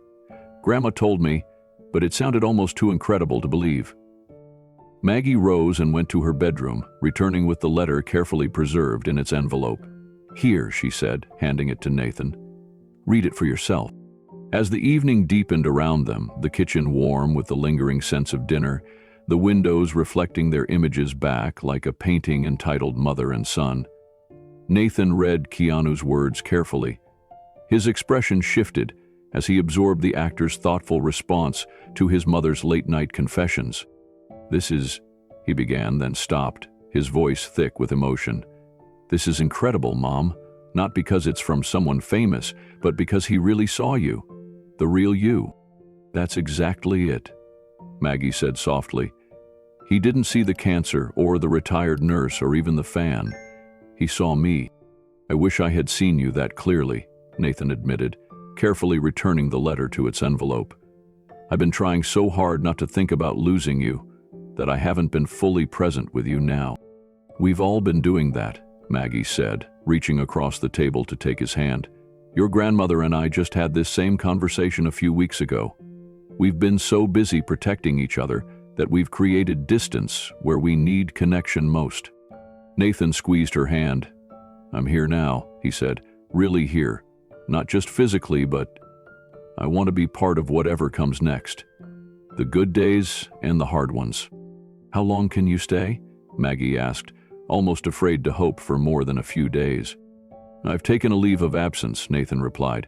3 months to start with, possibly extending depending on..." He trailed off, not wanting to directly reference the uncertainties of her illness.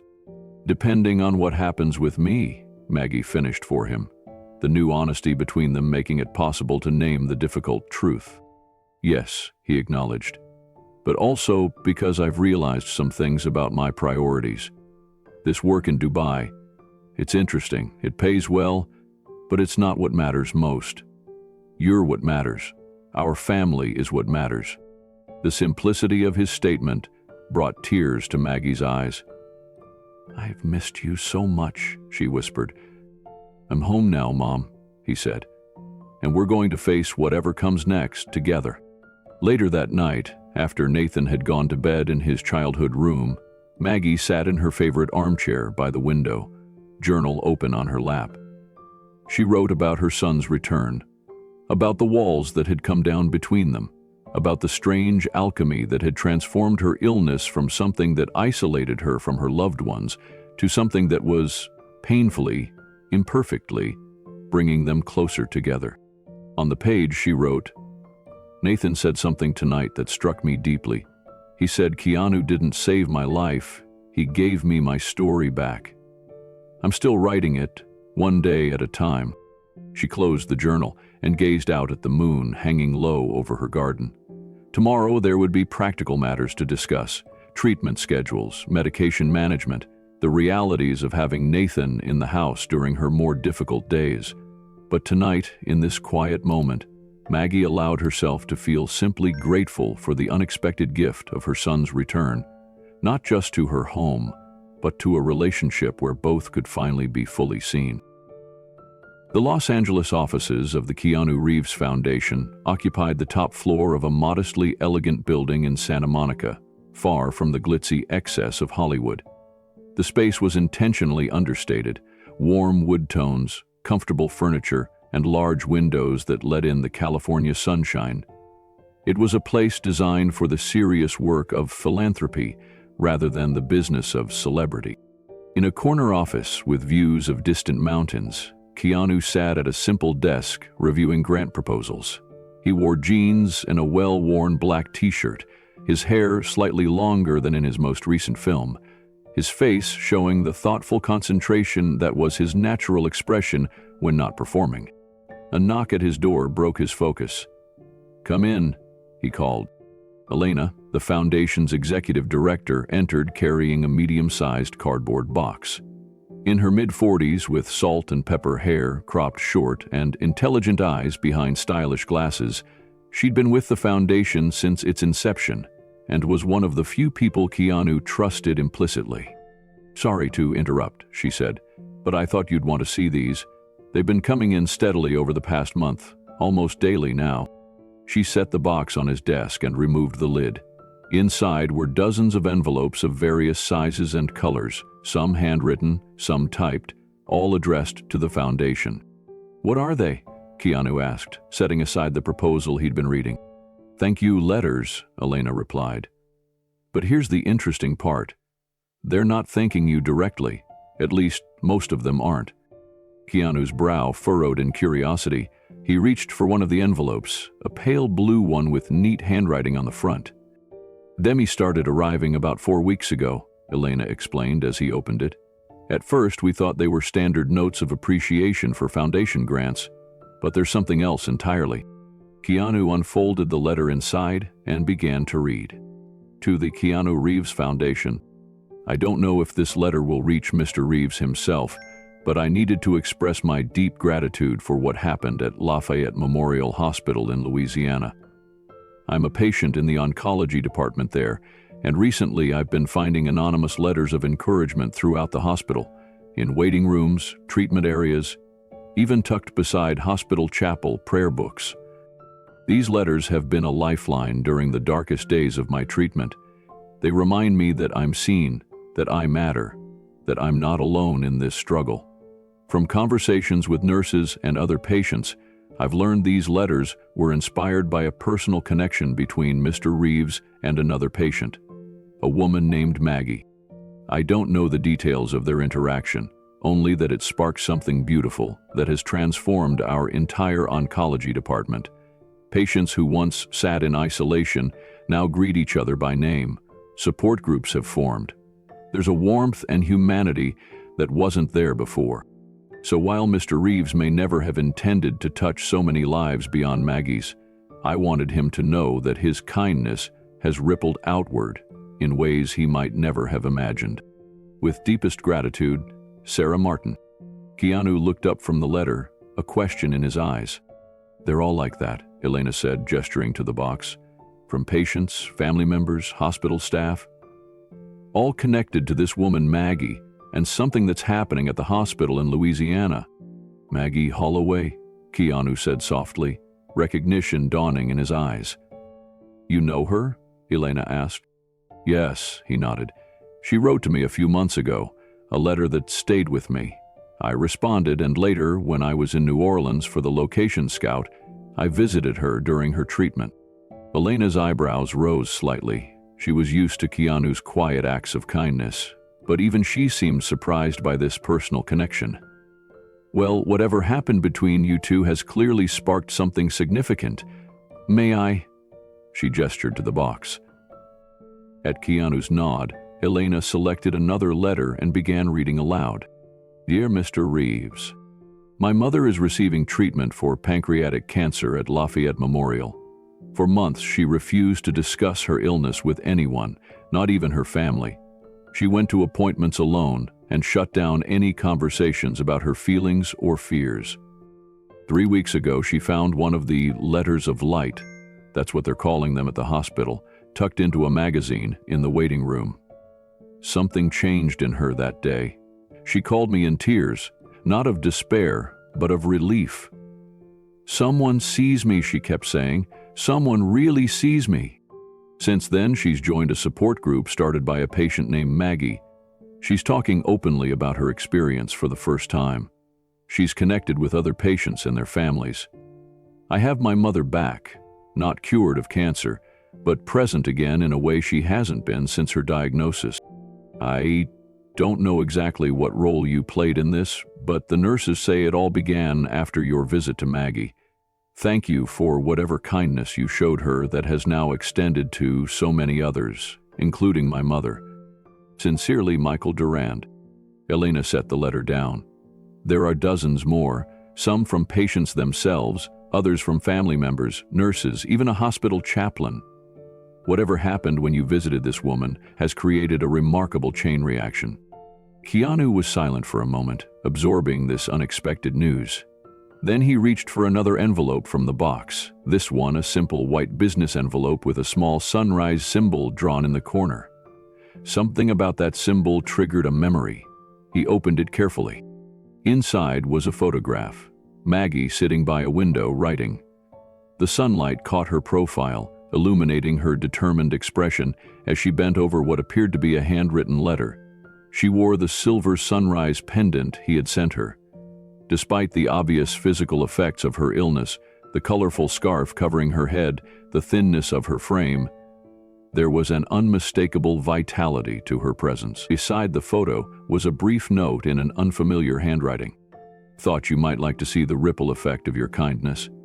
This is Maggie, writing one of dozens of letters she's created for other patients. Her words have inspired at least 3 other anonymous letter writers in our hospital.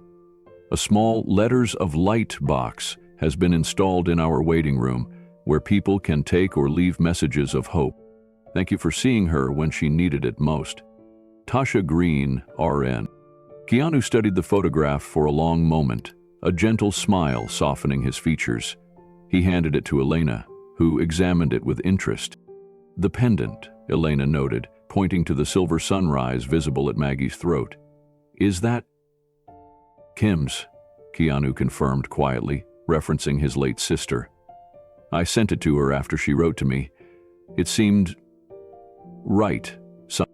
Elena nodded, understanding the significance of this gesture. Keanu rarely spoke of his sister's long battle with leukemia, but Elena knew how deeply it had affected him. Would you like to hear more of these? She asked, indicating the box of letters. Yes, Keanu said, leaning back in his chair. Read them to me. For the next hour, they took turns reading letter after letter from the box. Some were brief, just a few lines of gratitude from patients who had found anonymous notes of encouragement when they needed them most. Others were longer, more detailed accounts of how the atmosphere at Lafayette Memorial had transformed over the past months. A high school teacher described how his cynicism about humanity had been challenged by finding a letter after a particularly difficult treatment. A nurse wrote about watching patients who had once been strangers form deep bonds of support. A hospital administrator noted that staff morale had improved as the Letters of Light phenomenon spread throughout the facility. One letter stood out from the rest. written in a shaky hand on paper with a hospital letterhead. Dear Mr. Reeves, I was ready to quit. After 14 months of treatment, countless side effects, and watching my savings dwindle, I had decided my next appointment would be my last. I planned to tell my doctor I was stopping treatment, going home and letting nature take its course. While waiting to deliver this news, I found her letter. I don't know who wrote it. It was signed only "Someone Who Understands," but it contained these words: "You made it through the night. That's enough." Something in that simple acknowledgement broke through my despair. Not false hope or toxic positivity, but recognition of what it costs just to keep going. I wept in the waiting room, holding that letter like a lifeline. I didn't quit that day. I'm still in treatment. I don't know if I'll ultimately survive this cancer, but I know I'm not facing it alone anymore. I found my way to a support group led by a woman named Maggie, who wears a sunrise pendant I'm told came from you. I don't know your role in all this, but the nurses tell me it began after your visit to Lafayette Memorial, so I'm writing to say, I don't know your name, but you saved me. With profound gratitude, James Wilson. When Alina finished reading this letter, the office was silent except for the distant sounds of traffic below. Keanu sat very still, his expression thoughtful. There's one more, Elena said finally, pulling a large manila envelope from the bottom of the box. This came yesterday. Keanu took it from her, noting that, unlike the other letters, this one was addressed specifically to him by name, not to the foundation. He opened it carefully. Inside was a collection of items, a small stack of blank note cards with sunrise symbols stamped in the corners, several photographs of a wooden box mounted to a wall with a sign reading "Letters of Light" above it, a newspaper clipping from the Lafayette Gazette about the informal support network that had developed at the local hospital, and finally a letter, written in the now familiar handwriting of Maggie Holloway. Dear Keanu, it began. I hope this finds you well.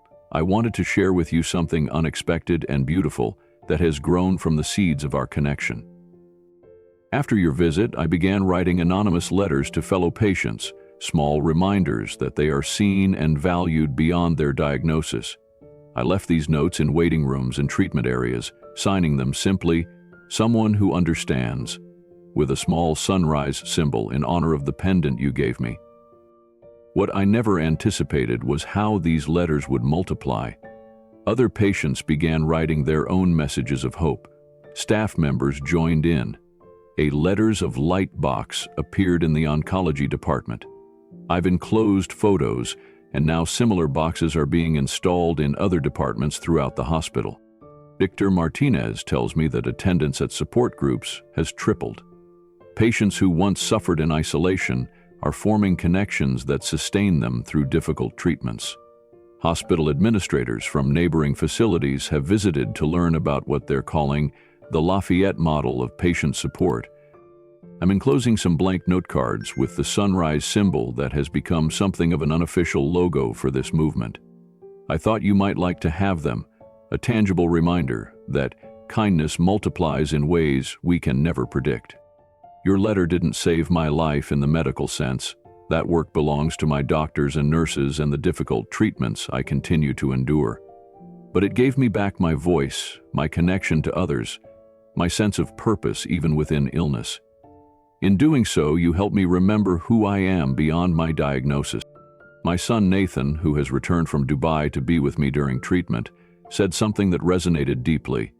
This man didn't save your life, he gave you your story back. With gratitude for your kindness, Maggie? Keanu folded the letter carefully and returned it to its envelope, his expression reflective. For several minutes, he sat in silence, absently turning one of the sunrise-stamped note cards between his fingers. What are you thinking? Elena asked finally. I'm thinking about ripples, he replied. How we never really know where they'll go or who they'll reach. He reached for a notepad on his desk and began making notes. I'd like to do something with this, he said. Not to call attention to myself, but to support what's already happening there. What did you have in mind? Elena asked, always prepared to transform Keanu's quiet visions into concrete action. A grant program, he said, his ideas taking shape as he spoke. To help other hospitals create similar Letters of Light initiatives, funding for patient support groups, comfort items, maybe even a network that connects patients across different facilities. He looked up at Elena, his eyes bright with purpose. And I want all the materials, the boxes, the note cards, everything, to feature this. He held up the sunrise symbol from Maggie's stationery.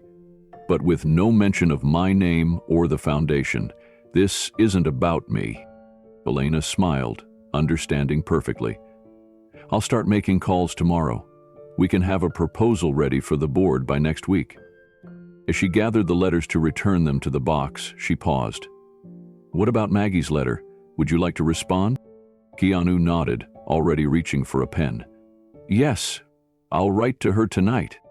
After Elena left with the box of letters tucked carefully under her arm, Keanu remained at his desk, gazing out at the distant mountains. He pulled out a sheet of the cream-colored stationery he used for personal correspondence and began to write. Dear Maggie, he started, the words flowing easily as twilight settled over Los Angeles, connecting him across distance to a woman whose midnight letter had started a chain reaction neither of them could have imagined. April in Louisiana brought a riot of color to Maggie's garden, azaleas in full bloom, their hot pink blossoms shouting against the deep green of the hedges, delicate purple irises standing tall among clusters of white and yellow daffodils, and the first tender shoots of the tomato plants Nathan had carefully transferred from seedlings into the raised beds he'd built along the southern edge of the yard.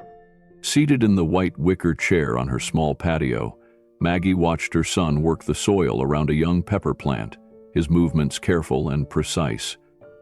In the month since his return from Dubai, Nathan had thrown himself into renovating her garden with the same intensity he once applied to engineering projects.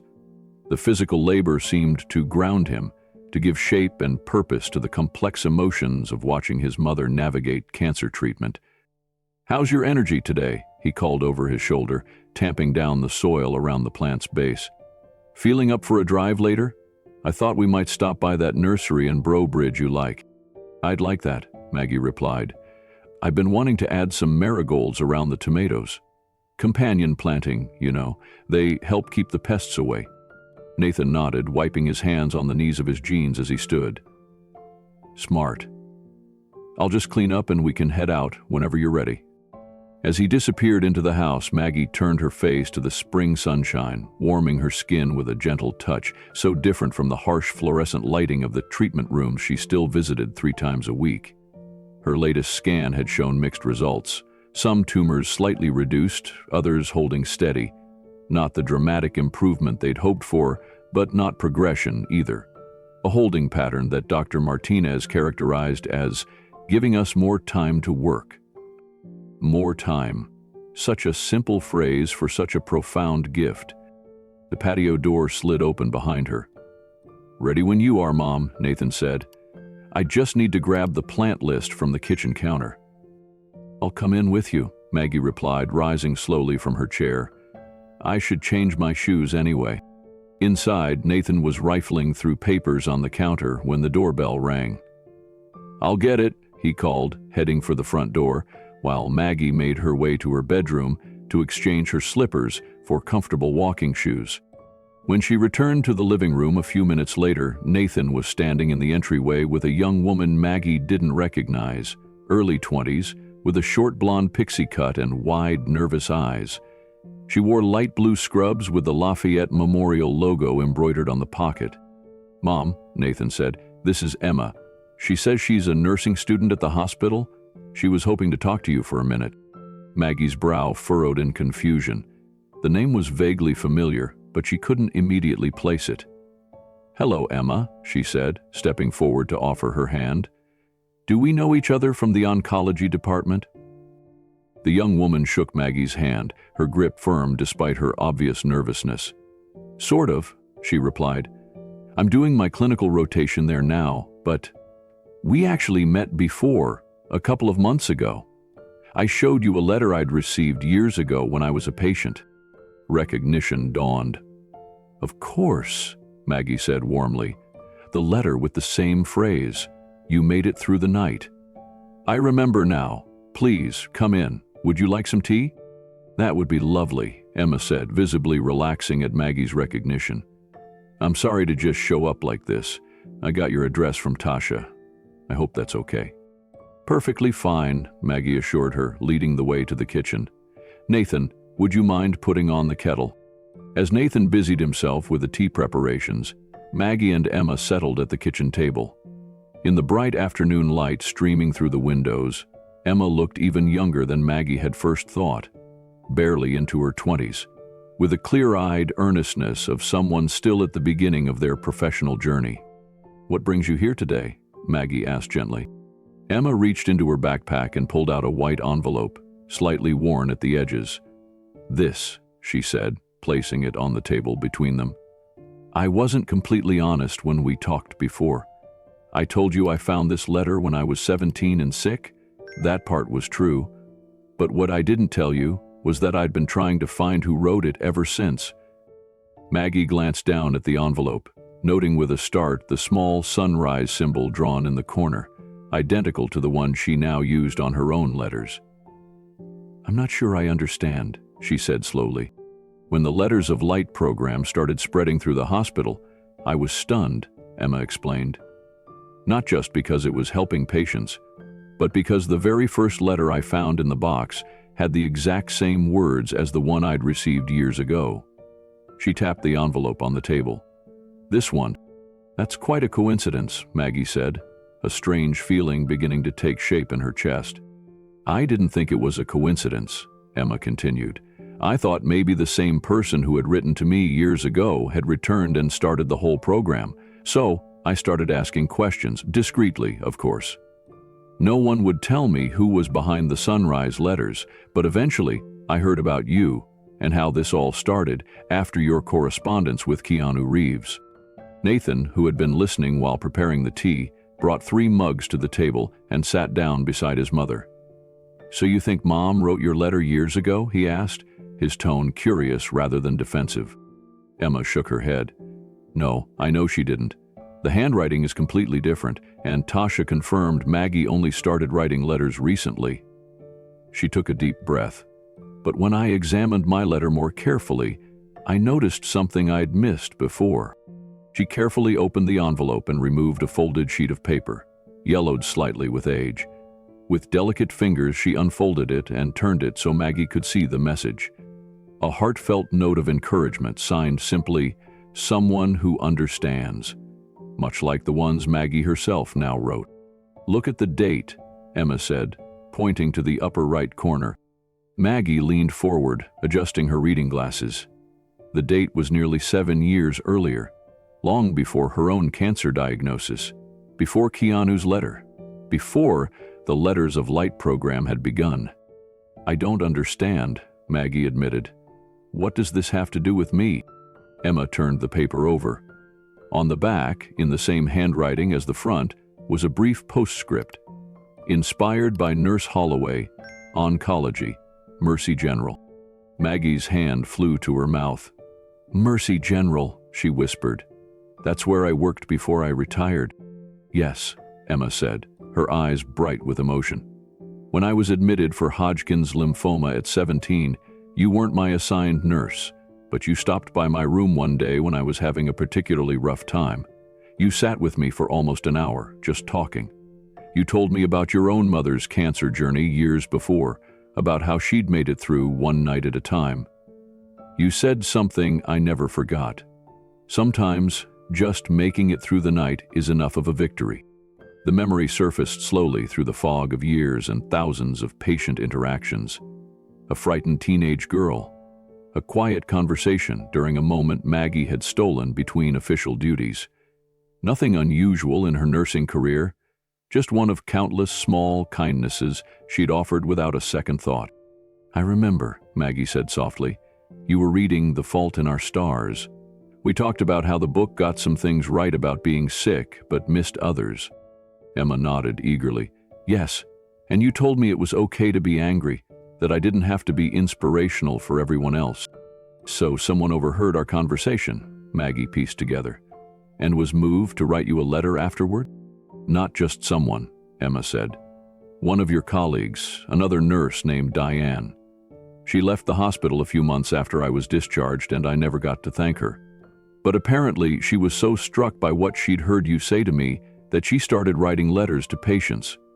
She told me later that she'd written dozens before she relocated to Texas. Nathan looked between the two women, understanding dawning on his face. So the same phrase Mom used in her recent letters was originally her own words from years ago, Emma finished. Words that inspired another nurse to write letters of encouragement, one of which reached me and changed my life, words that ultimately led me to become a nurse myself. She looked directly at Maggie. Your words traveled further than you ever knew. The kitchen fell silent except for the gentle tick of the wall clock. Maggie felt a curious sensation, as if time had folded in on itself, connecting her present self with a past she'd almost forgotten and a future she couldn't have imagined. There's more, Emma said after a moment. She reached into her backpack again and withdrew a small stack of papers. After I realized the connection, I contacted Diane in Texas. She kept copies of some of her letters. Look at these.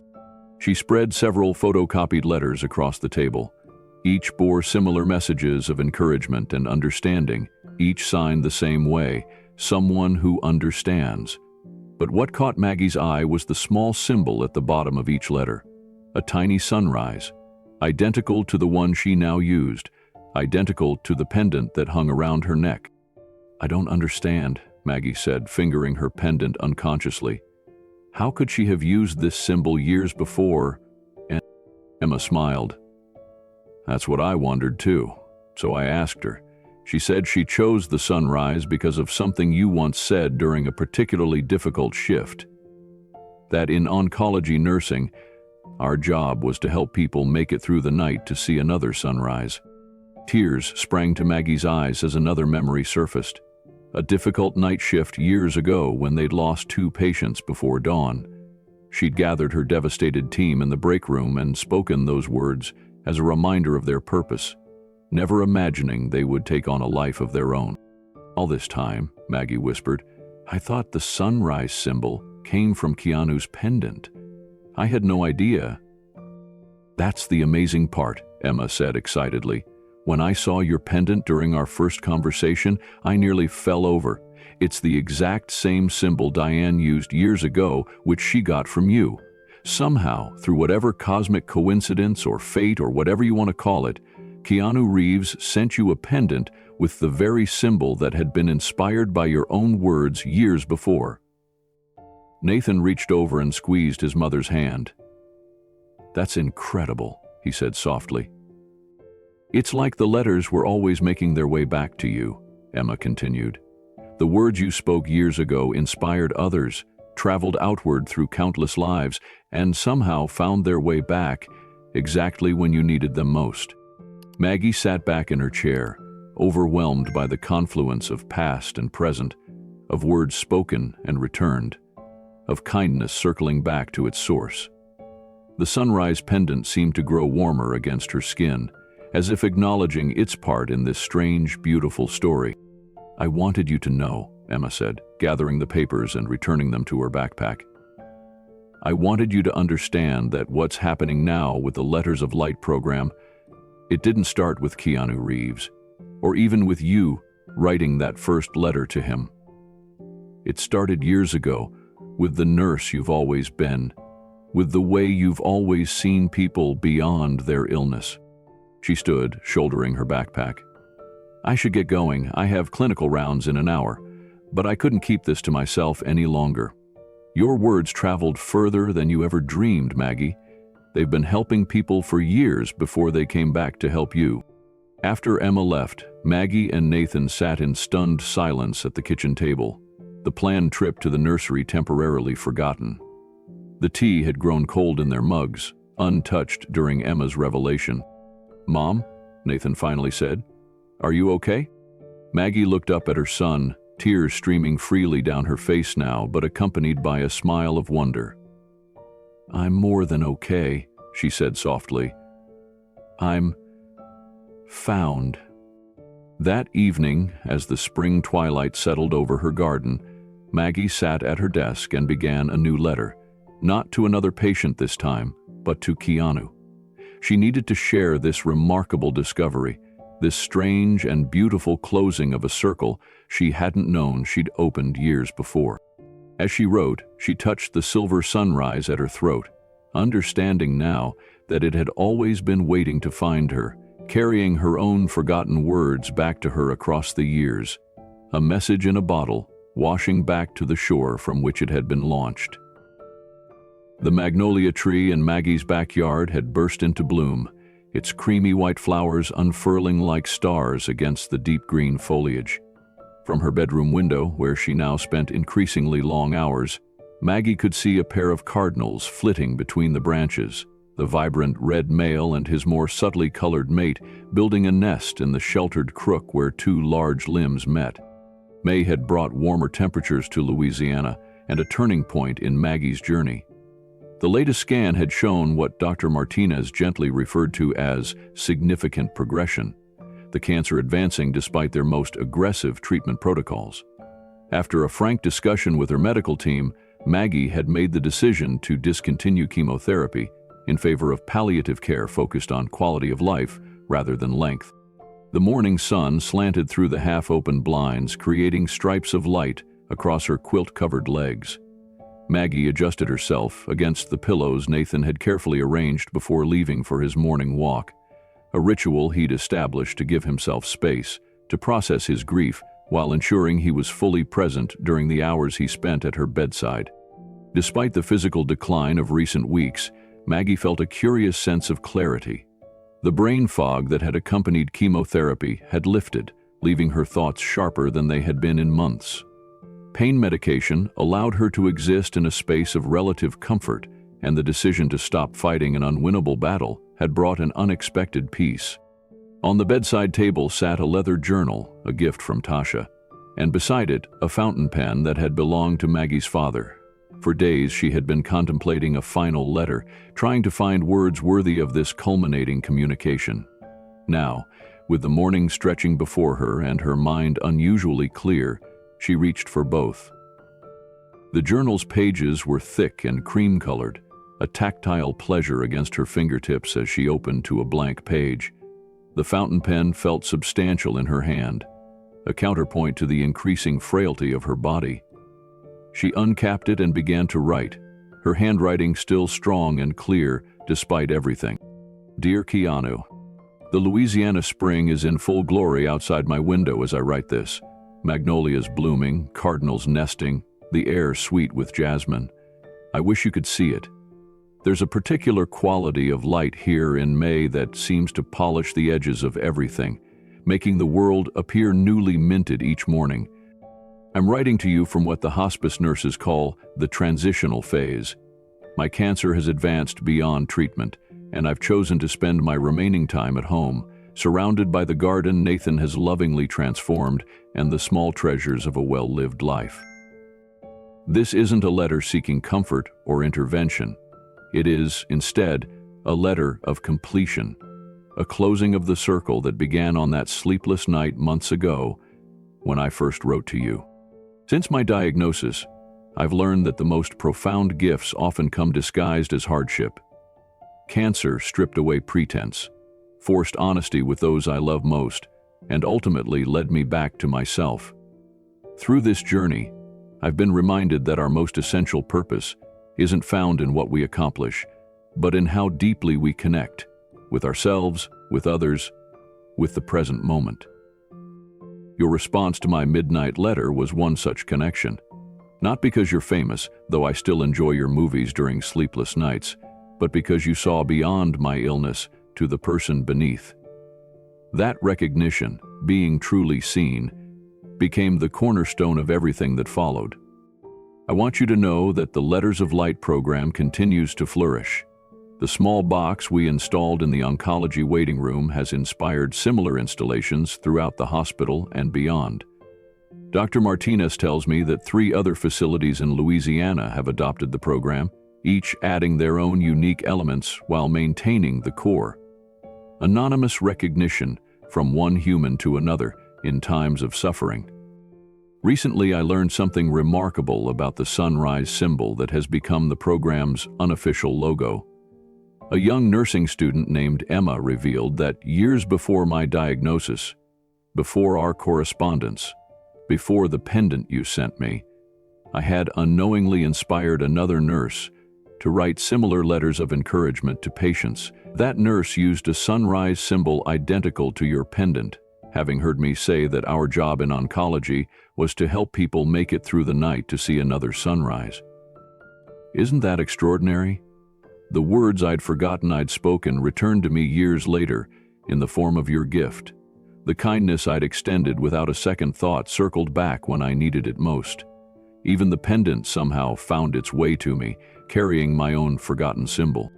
Life, I've found, moves less in straight lines than in spirals, bringing us back to places we've been before but with new perspective. The letters I've written to fellow patients these past months have been both an offering to others and a communion with my younger self, the nurse who believed in the power of being truly seen and the importance of making it through one night at a time. Nathan sits with me through most days now, reading aloud from my favorite books or simply keeping me company in comfortable silence. We've had conversations I once thought impossible about loss and legacy, fear and faith, the meanings we make from the lives we're given. My relationship with my mother has deepened likewise. We FaceTime daily, no longer hiding behind brave faces, but sharing the full truth of our experiences. These are unexpected gifts for which I am profoundly grateful. As my physical energy wanes, I find my appreciation for small moments intensifies.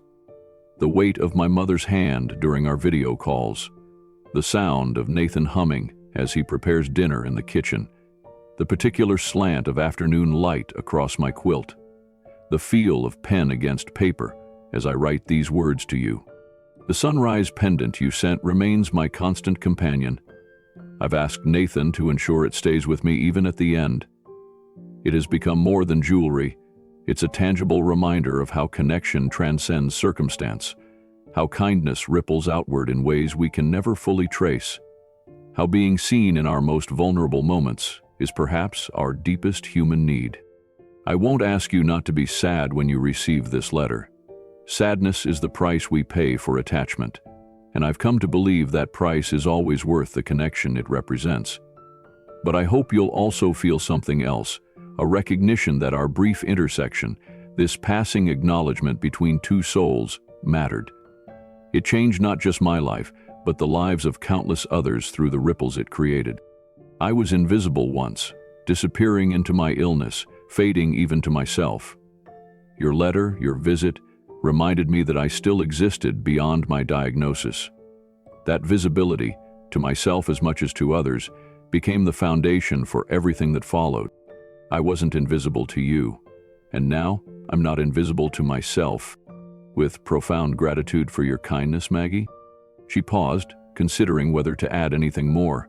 After a moment, she simply signed her name and added a small sunrise symbol beside it. The closing of a circle started long ago.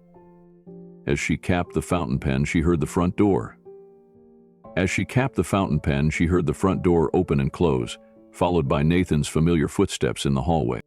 "Mom," he called softly, tapping on her half-open bedroom door. "You awake?" "Come in," she replied, carefully closing the journal. "How was your walk?" Nathan entered, his hair slightly damp with morning sweat, carrying a small bunch of wildflowers he'd clearly gathered along his route. "Good," he said, placing the flowers in the small vase on her dresser. "The trail along the bayou is beautiful this time of year. I saw an egret fishing in the shallows." He moved to the window, adjusting the blinds to let in more light without allowing the direct sun to hit Maggie's face. "What have you been up to? Writing again?" Maggie nodded, her hand resting on the closed journal. "My final letter to Keanu," she said simply. Nathan turned, understanding immediately the significance of what she was saying. He sat carefully on the edge of the bed, taking her hand in his. "Do you want me to mail it today?" "Not yet," Maggie replied. "I'll know when it's time." She squeezed his fingers. "But I'd like you to take a photograph to send with it when the time comes." "Of course," Nathan said. "What kind of photo?" Maggie smiled. "Me, writing by the window. I want him to see that I remained myself until the end, that his kindness helped me remember who I was beyond the illness." Nathan nodded, emotion making it difficult for him to speak. After a moment, he cleared his throat. "I could take it now if you'd like. The light is beautiful this morning." "Yes," Maggie agreed. "Now would be perfect." Nathan retrieved his camera from the living room while Maggie opened her journal again and took up her pen, positioning herself as she had been before, the morning light illuminating her profile as she bent slightly over the page. The sunrise pendant gleamed at her throat, catching and reflecting the sunbeams. When Nathan returned, he paused in the doorway, struck by the image before him. His mother, physically diminished yet somehow radiating a quiet dignity, engaged in the act of communication that had come to define her final months. Without speaking, he raised his camera and captured the moment. "There," he said softly, lowering the camera. "It's beautiful, Mom. Really beautiful." Maggie looked up, her eyes clear and present in a way that sometimes eluded her now as medications ebbed and flowed through her system. "Thank you, Nathan, for everything." He set the camera aside and returned to sit beside her, taking up her hand again. "I was thinking," he said, "maybe we could sit in the garden later. The weather's perfect and the bench under the magnolia gets good shade in the afternoon." "I'd like that," Maggie said. "And perhaps you could read aloud for a while? We're nearly finished with To the Lighthouse." "Of course," Nathan replied, glancing at the Virginia Woolf novel on the bedside table, a bookmark protruding 3/4 of the way through. "We'll get through a few more chapters." Neither of them acknowledged the quiet race they were running, to finish the book before Maggie's strength failed completely. It was one of many unspoken understandings that had developed between them as they navigated this final journey together. As Nathan helped her prepare for the day, a gentle routine of medication, washing up, and changing into fresh clothes, Maggie's thoughts returned to the letter she'd written. It sat now in her journal, waiting for its journey. Like the letters she'd left throughout the hospital in recent months, it would travel beyond her, carrying something of herself into a world she would no longer inhabit. There was comfort in that continuity, in knowing that words once released continued their work long after the writer had fallen silent. Later, as promised, Nathan helped her to the garden bench beneath the magnolia tree. Settled with pillows at her back and a light blanket across her legs despite the warm day, Maggie lifted her face to the dappled sunlight filtering through the waxy leaves above. The cardinals darted overhead, busy with their nest building, while butterflies danced among the flowers Nathan had planted in careful coordination to provide continuous blooms throughout the seasons. "Perfect," she said softly, watching a monarch butterfly pause on a bright purple coneflower. "This is absolutely perfect."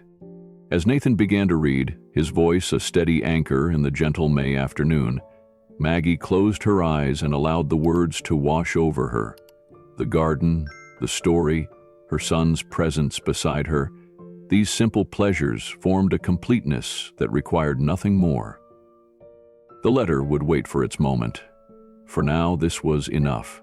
This recognition of beauty, this quiet communion, this making it through one more day to see another sunset.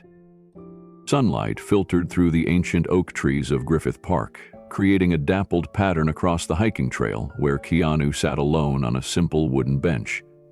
The Los Angeles morning was unusually clear, the recent rains having washed the smog from the air and left the city below gleaming in the distance. He'd chosen this particular spot for its seclusion, a quiet bend in the trail, far enough from the popular lookout points to discourage casual hikers, yet with a breathtaking view of the valley stretching toward the ocean.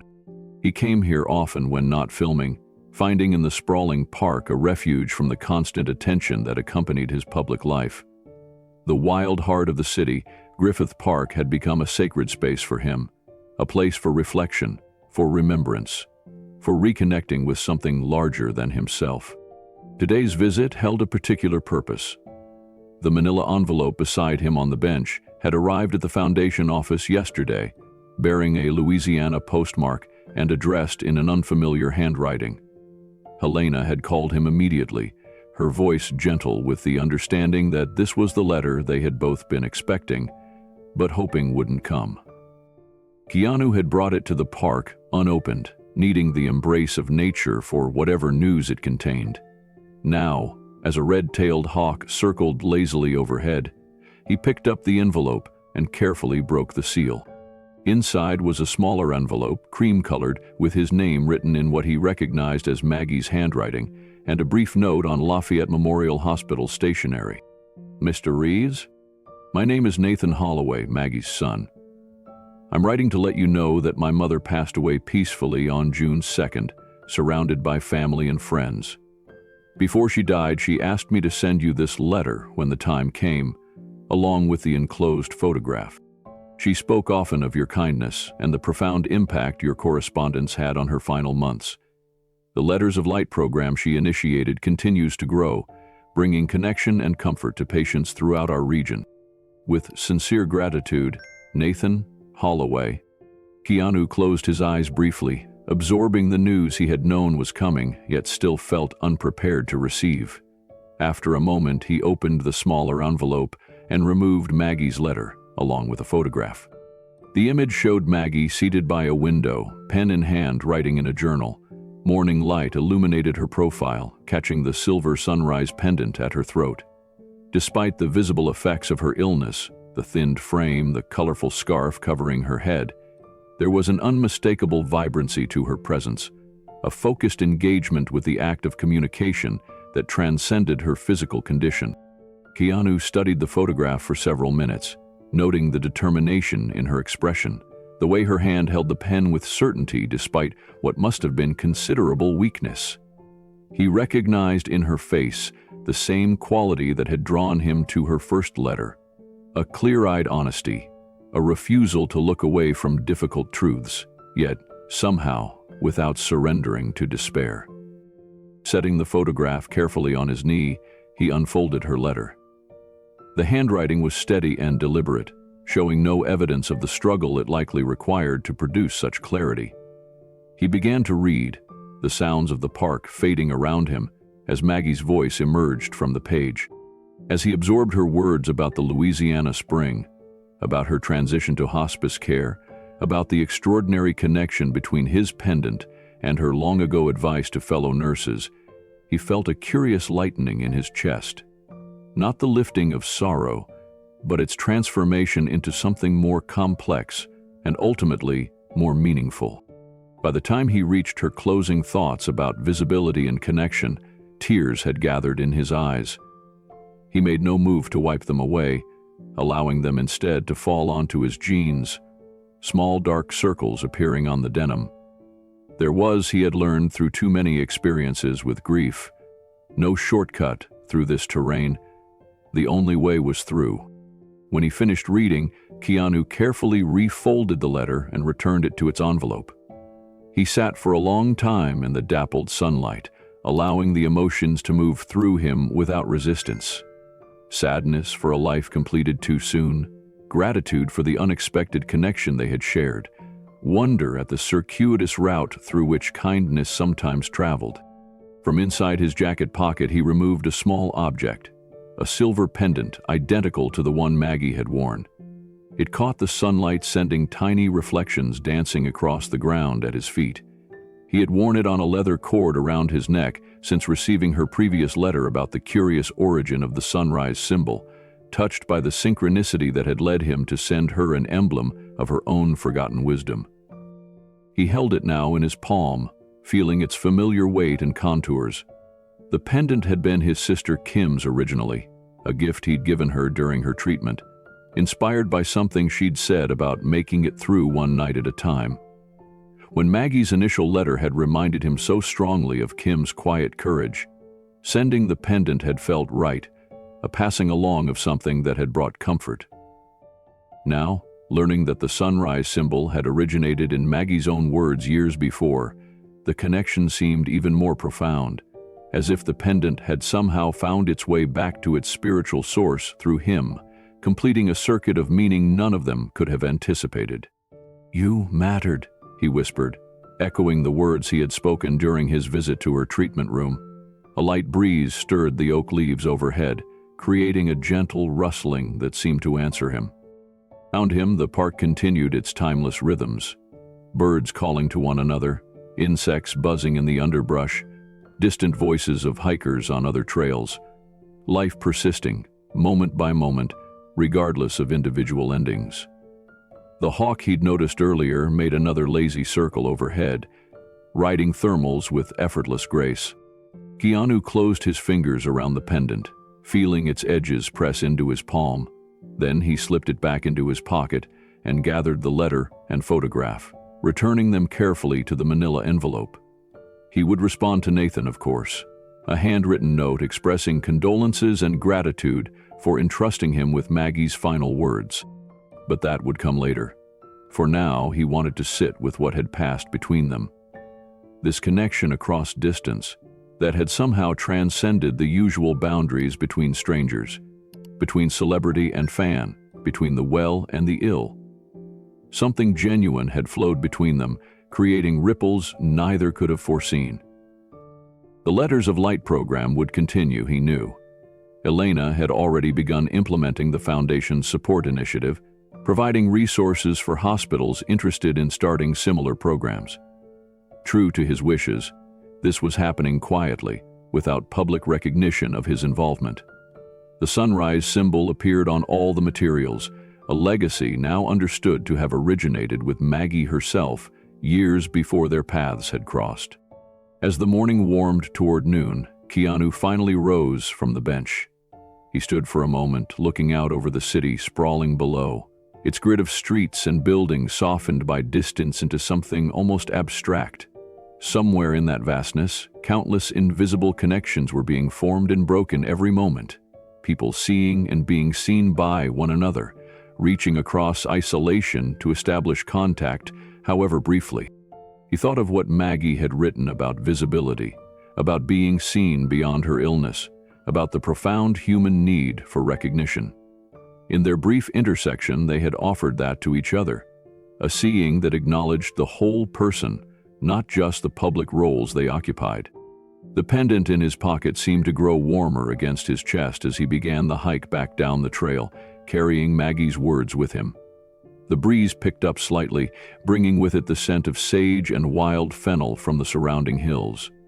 No cameras recorded this private moment of remembrance, just the quiet acknowledgement of a connection that had mattered, of words that had traveled further than either sender or recipient could have imagined. As Keanu descended the trail, the hawk continued its circles above the ancient oak, free, present, alive in the moment. Below, the city continued its restless momentum, and somewhere between, invisible but no less real, the ripples of connection continued to spread outward from a single letter written in the middle of the night by a woman who had simply wanted to be seen. The exhibition hall of the American Cancer Society's regional headquarters in New Orleans buzzed with quiet conversation as people moved from display to display. Floor-to-ceiling windows let in the golden October light, illuminating photographs, artwork, and written testimonials from cancer patients, survivors, and caregivers across Louisiana. The exhibition, titled Visible: Stories of Healing Beyond Treatment, had opened 3 months after Maggie's passing. It occupied a permanent space in the newly renovated building, designed to honor the human experience behind the clinical reality of cancer, the emotional journeys that statistics could never capture. Near the center of the hall stood a simple wooden podium, flanked by large black and white photographs of patients engaged in various forms of creative expression. Dr. Martinez adjusted his tie nervously as he prepared to address the assembled crowd. As the medical director of oncology at Lafayette Memorial, he had been invited to speak about the extraordinary transformation he'd witnessed in his department over the past year. "If I could have everyone's attention," called Elena, the foundation representative who had coordinated much of the exhibition. The crowd quieted, turning toward the podium. "Thank you all for coming today. We're honored to have Dr. Rodriguez Martinez with us to discuss an initiative that began at Lafayette Memorial and has since spread to hospitals across the region. Dr. Martinez stepped up to the microphone, scanning the diverse audience: medical professionals, patients and their families, foundation representatives, local media. Near the back, he spotted Nathan Holloway standing quietly beside Tasha Green, both wearing the sunrise pins that had become synonymous with the Letters of Light program. "Good afternoon," he began. "I've been practicing oncology for over 20 years, and in that time I've witnessed remarkable advances in treatment protocols and survival rates. But last year, I observed a different kind of transformation, one that doesn't show up in medical journals or clinical trials, yet has profoundly affected outcomes for our patients." He described the emergence of the Letters of Light program, the anonymous notes of encouragement that had begun appearing throughout the oncology department, the connections that formed between previously isolated patients, the support groups that grew organically from these initial points of contact.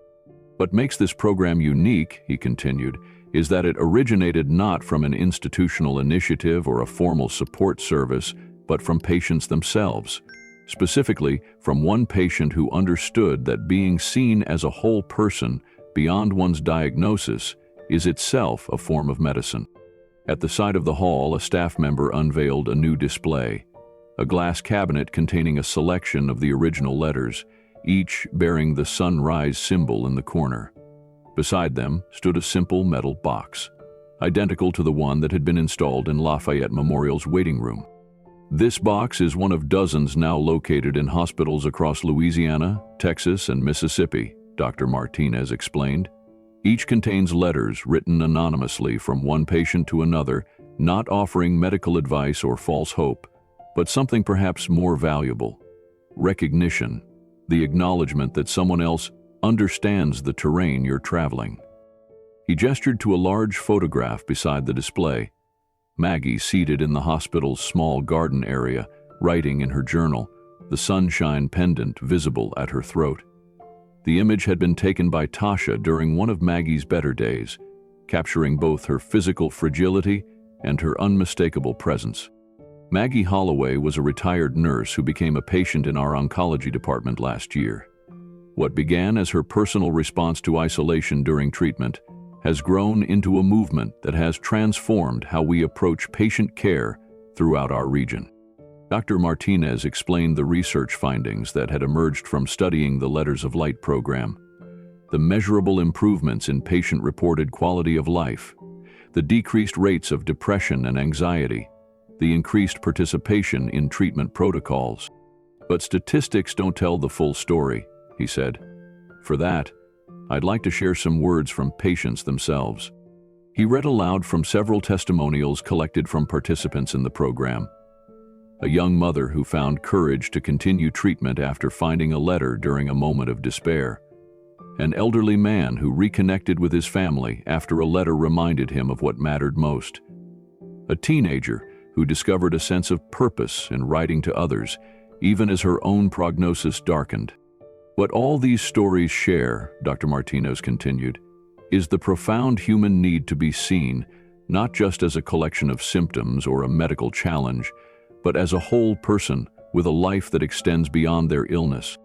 He explained how the program had evolved since its inception, the support groups that met regularly at Lafayette Memorial, the writing workshops where patients crafted their own letters, the sunrise symbol that had become a quiet signal of understanding among those in treatment.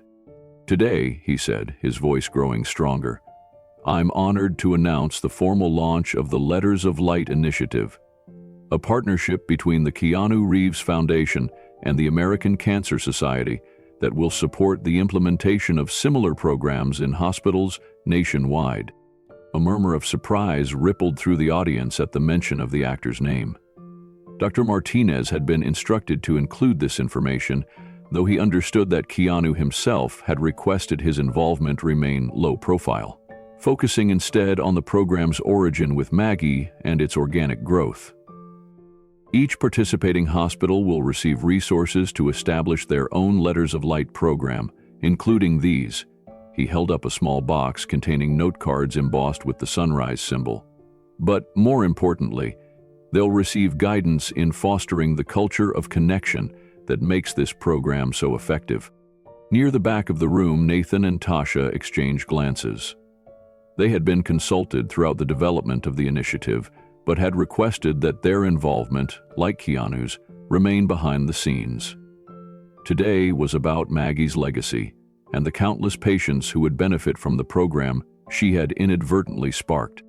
Every exhibit in this hall will remain open to the public indefinitely, Dr. Martinez concluded, but I'd like to draw your attention to one in particular. He gestured toward a simple wooden box mounted on the wall near the entrance. Above it hung a small plaque that read simply, "Letters of Light. Take one if you need it. Leave one if you're moved to write." This box, he explained, will remain a living part of this exhibition. Anyone who visits, whether they're in treatment, supporting a loved one, or simply learning about the cancer experience, is invited to participate in this ongoing conversation.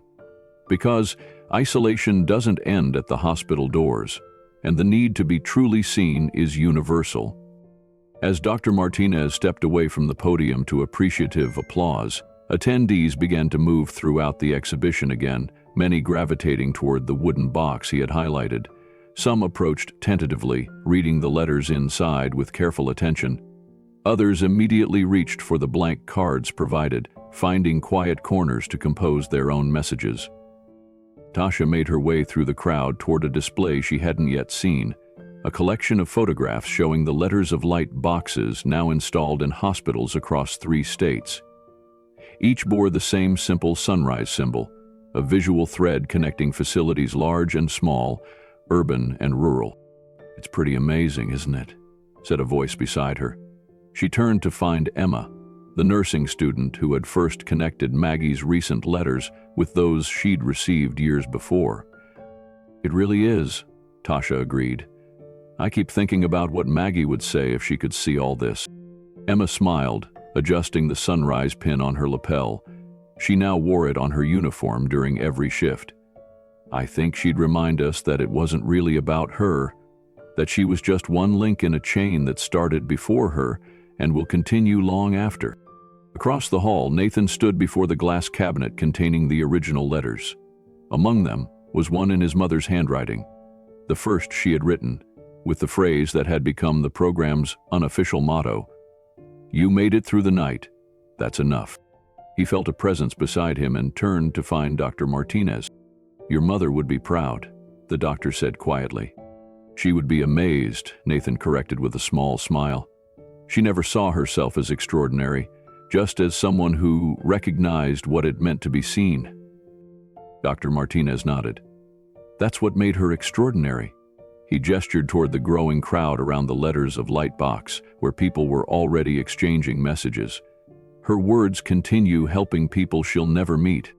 Later that afternoon, as the exhibition began to wind down, Tasha made her way to the box mounted on the wall. Throughout the day, she had watched as it filled with new letters and emptied again as visitors took them, a continuous circulation of recognition and connection. She pulled a small envelope from her purse and added it to the others inside. On the front, she had drawn the familiar sunrise symbol, and inside was a message she had carefully composed that morning. "To whoever finds this, you are not just your illness. You are not just your struggle. You are a complete universe of experiences, relationships, dreams, and capabilities that extend far beyond the challenges you face today. Someone once told me that we're all lighthouses for each other, visible and invisible. If you're reading this, consider yourself seen. Not your symptoms or your prognosis, but you, the whole, complex, valuable person behind the medical terminology. You made it through the night. That's enough. Tomorrow, you'll make it through another. And in these accumulated survivals is a victory that no scan can measure. With you in this moment, someone who understands." As she turned to leave, she noticed a woman reading one of the letters she'd just placed in the box. The woman's eyes filled with tears, but there was something else in her expression too.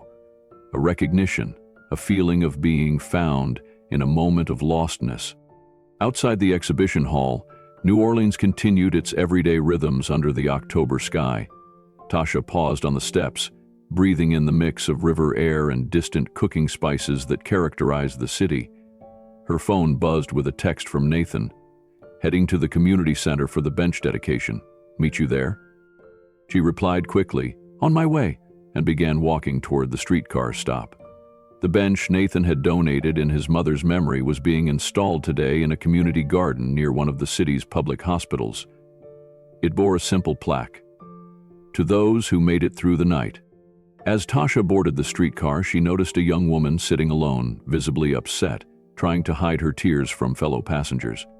Without hesitation, Tasha reached into her bag and pulled out one of the sunrise embossed cards she now carried everywhere. Quickly, she wrote a few words and, as she passed the woman's seat, gently placed it beside her, before moving to the back of the car. Through the window, she watched as the woman discovered the card, read the message, and looked up in surprise, searching for whoever had left it. Their eyes met briefly across the length of the streetcar, and Tasha offered a small nod of recognition. The woman straightened slightly, tucking the card into her jacket pocket. Her expression had shifted. Not dramatically, not miraculously, but perceptibly. Someone had seen her. For this moment, that was enough. The streetcar continued its journey through the city streets, carrying dozens of individual stories, and Maggie's words traveled with them, alive in ways beyond what anyone could have predicted when she'd first put pen to paper in the dark hours of a sleepless night. The package arrived at Nathan's apartment on a rainy Tuesday in November, nearly 6 months after his mother's passing. It was a plain cardboard box with a Los Angeles return address, delivered by a courier who required his signature before disappearing back into the downpour. Nathan carried the unexpected delivery to his kitchen table, wiping raindrops from the top with a dish towel before setting it down. Since moving back to Louisiana permanently, he'd taken an apartment in New Orleans, close enough to maintain his involvement with the Letters of Light program at Lafayette Memorial, yet offering the fresh start he needed after months of caring for his mother in her final days. The apartment was small but filled with touches of Maggie's presence. Her favorite reading lamp beside his couch, the quilt her grandmother had made spread across his bed, several of her watercolor paintings hanging in the hallway. In the corner of his living room stood a potted magnolia sapling, started from a cutting of the tree in her backyard. It would be years before it bloomed, but the symbolic connection to his childhood home brought comfort. Nathan studied the package, turning it over in his hands. He hadn't ordered anything recently, and the sender's information was minimal, just a foundation name and address with no individual listed. Curious, he retrieved a pair of scissors from a drawer and carefully cut through the tape sealing the box. Inside was a smaller package wrapped in tissue paper, a handwritten card resting on top. Nathan recognized the handwriting immediately from the letter his mother had kept in her bedside drawer. Neat, measured, undeniably masculine. His heart quickened as he opened the envelope and withdrew the card. "Dear Nathan, please accept my deepest condolences for your mother's passing. Her final letter, which you so thoughtfully forwarded, has stayed with me, a testament to her remarkable spirit and the profound impact she had on so many lives. Among the many gifts your mother gave to the world was her understanding of what it means to be truly seen. Her insight that recognition is itself a form of medicine has transformed countless lives through the Letters of Light program, which continues to expand to hospitals nationwide. The enclosed is something that has traveled a curious path, from your mother's words years ago, to my sister during her illness, to your mother during hers, and now to you. It seems fitting that it should complete this circle. With sincere gratitude for entrusting me with your mother's final words, Keanu Reeves." Nathan read the card twice, absorbing the actor's thoughtful message. Then he carefully unwrapped the tissue paper, revealing a small wooden box with a simple sunrise carved into its lid. He opened it slowly, not sure what to expect. Inside, nestled on a bed of dark blue velvet, lay a silver pendant, identical to the one his mother had worn every day since receiving Keanu's letter. Beside it was a delicate silver chain and a small folded piece of paper. Nathan lifted the pendant, feeling its weight in his palm. Substantial despite its small size, the polished silver catching the afternoon light filtering through his kitchen window. The accompanying note was brief. "This pendant belonged to my sister Kim during her cancer treatment. After receiving your mother's letter about the origin of the sunrise symbol, I began wearing this replica. It seems right that it should now return to the source of the wisdom that inspired it. Your mother reminded the world what love in silence looks like." Nathan sat motionless at his kitchen table, holding the pendant in his open palm. The rain continued outside, a gentle percussion against the windows, filling the apartment with its soothing rhythm. He thought of his mother, of her quiet strength throughout her illness, of the way she had transformed her own suffering into connection for others, of how she had taught him what it meant to face the hardest truths with open eyes and an open heart. The pendant seemed to grow warmer in his hand, as if absorbing and reflecting his memories. After several minutes, he slipped it onto the chain and fastened it around his neck, feeling its weight settle against his chest, a tangible link to his mother, to her legacy, to the unexpected connections that had formed in the wake of her midnight letter. Later that afternoon, the rain having cleared to reveal a freshly washed world, Nathan drove to the community center in the 9th Ward where he volunteered twice weekly. The center served as a gathering place for cancer patients and their families, offering everything from support groups to art therapy to practical assistance with transportation and meal preparation. The garden behind the building had become Nathan's particular project in recent months. What had once been an overgrown, neglected space was slowly transforming under his care into a peaceful retreat. Raised beds filled with native plants, winding gravel paths, and several comfortable benches positioned to catch the best light at different times of day. One of these benches, crafted from reclaimed cypress by a local artisan, had been installed just weeks earlier. It stood beneath a mature live oak, positioned to offer both shade in summer and the warmth of winter sunlight. A small bronze plaque was affixed to its center, "To those who made it through the night." Nathan made his way to this bench now, nodding greetings to several center regulars working in the garden beds. He sat on the smooth wooden surface, feeling the pendant shift against his skin beneath his shirt. From this vantage point, he could see much of the garden, the late-blooming asters adding splashes of purple among the greenery, the bird feeders attracting cardinals and chickadees, the small fountain whose gentle burbling created a sense of tranquility. The sound of the center's back door opening drew his attention. Marjorie Davis, the elderly woman who led the Tuesday afternoon support group, was helping a young man in a wheelchair navigate the garden path. Nathan recognized him from previous visits. Ryan, newly diagnosed with bone cancer at just 26. His once athletic frame now gaunt, his expression often guarded and withdrawn. Marjorie caught Nathan's eye and gave a small wave before continuing her careful progress along the path, pointing out various plants to Ryan, who nodded politely but remained largely unresponsive. Nathan watched them, reminded of his mother's description of the isolation that so often accompanied serious illness, the sense of being suddenly set apart from the flow of ordinary life, rendered invisible by others' discomfort or one's own withdrawal. As they approached his bench, Nathan stood. "Afternoon, Marjorie." "Ryan." "Nathan, just the person we were hoping to see," Marjorie said warmly. "Ryan was asking about the garden design. I told him you were our resident expert." Ryan's eyes flicked up briefly, then back to his hands resting in his lap. "It's nice," he said, his voice barely audible. "Peaceful." "Thanks," Nathan replied, careful not to overcompensate for Ryan's quietness with excessive enthusiasm, a lesson he'd learned from watching his mother interact with patients. "It's still a work in progress. We're putting in some winter vegetables next week if you'd like to help." Ryan shrugged, the non-committal gesture of someone who had learned not to plan too far ahead. "Maybe." Nathan nodded, respecting the boundary. "No pressure. The garden's here whenever you want it." Something about the way he said it, perhaps the simplicity of the offering without expectation, caused Ryan to look up more fully. His gaze caught on something at Nathan's throat.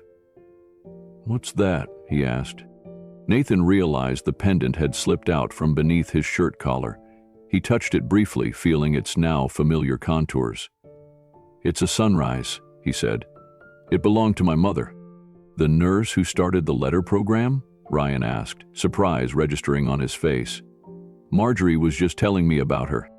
Nathan nodded, inexplicably moved that his mother's story had reached this young man. "Yes, she wore it every day during her treatment." Ryan studied him with new interest. "Your mom's letters are all over Methodist Hospital. I found one my first day of chemo. It said, 'You made it through the night,'" Nathan finished with him, smiling. "Yeah," Ryan said, a hint of animation entering his voice for the first time. "How did you know?" "It was her favorite phrase," Nathan explained. "Something she used to tell her patients when she was a nurse, long before she got sick herself. It became a kind of mantra." "It helped," Ryan said simply. "More than anything the doctors or social workers said, just that acknowledgement that getting through one more night was enough." Nathan felt the weight of the pendant against his chest, the way it connected him to his mother, to Keanu, to his mother's patients from years ago, and now to this young man struggling with his own battle. Circles within circles, connections spanning time and circumstance, all emanating from his mother's simple recognition of what it meant to be seen. Without fully planning to, Nathan reached up and removed the pendant from around his neck. He held it in his palm for a moment, then extended his hand toward Ryan. "I think my mom would want you to have this," he said quietly. Ryan looked startled. "What? No, I couldn't possibly."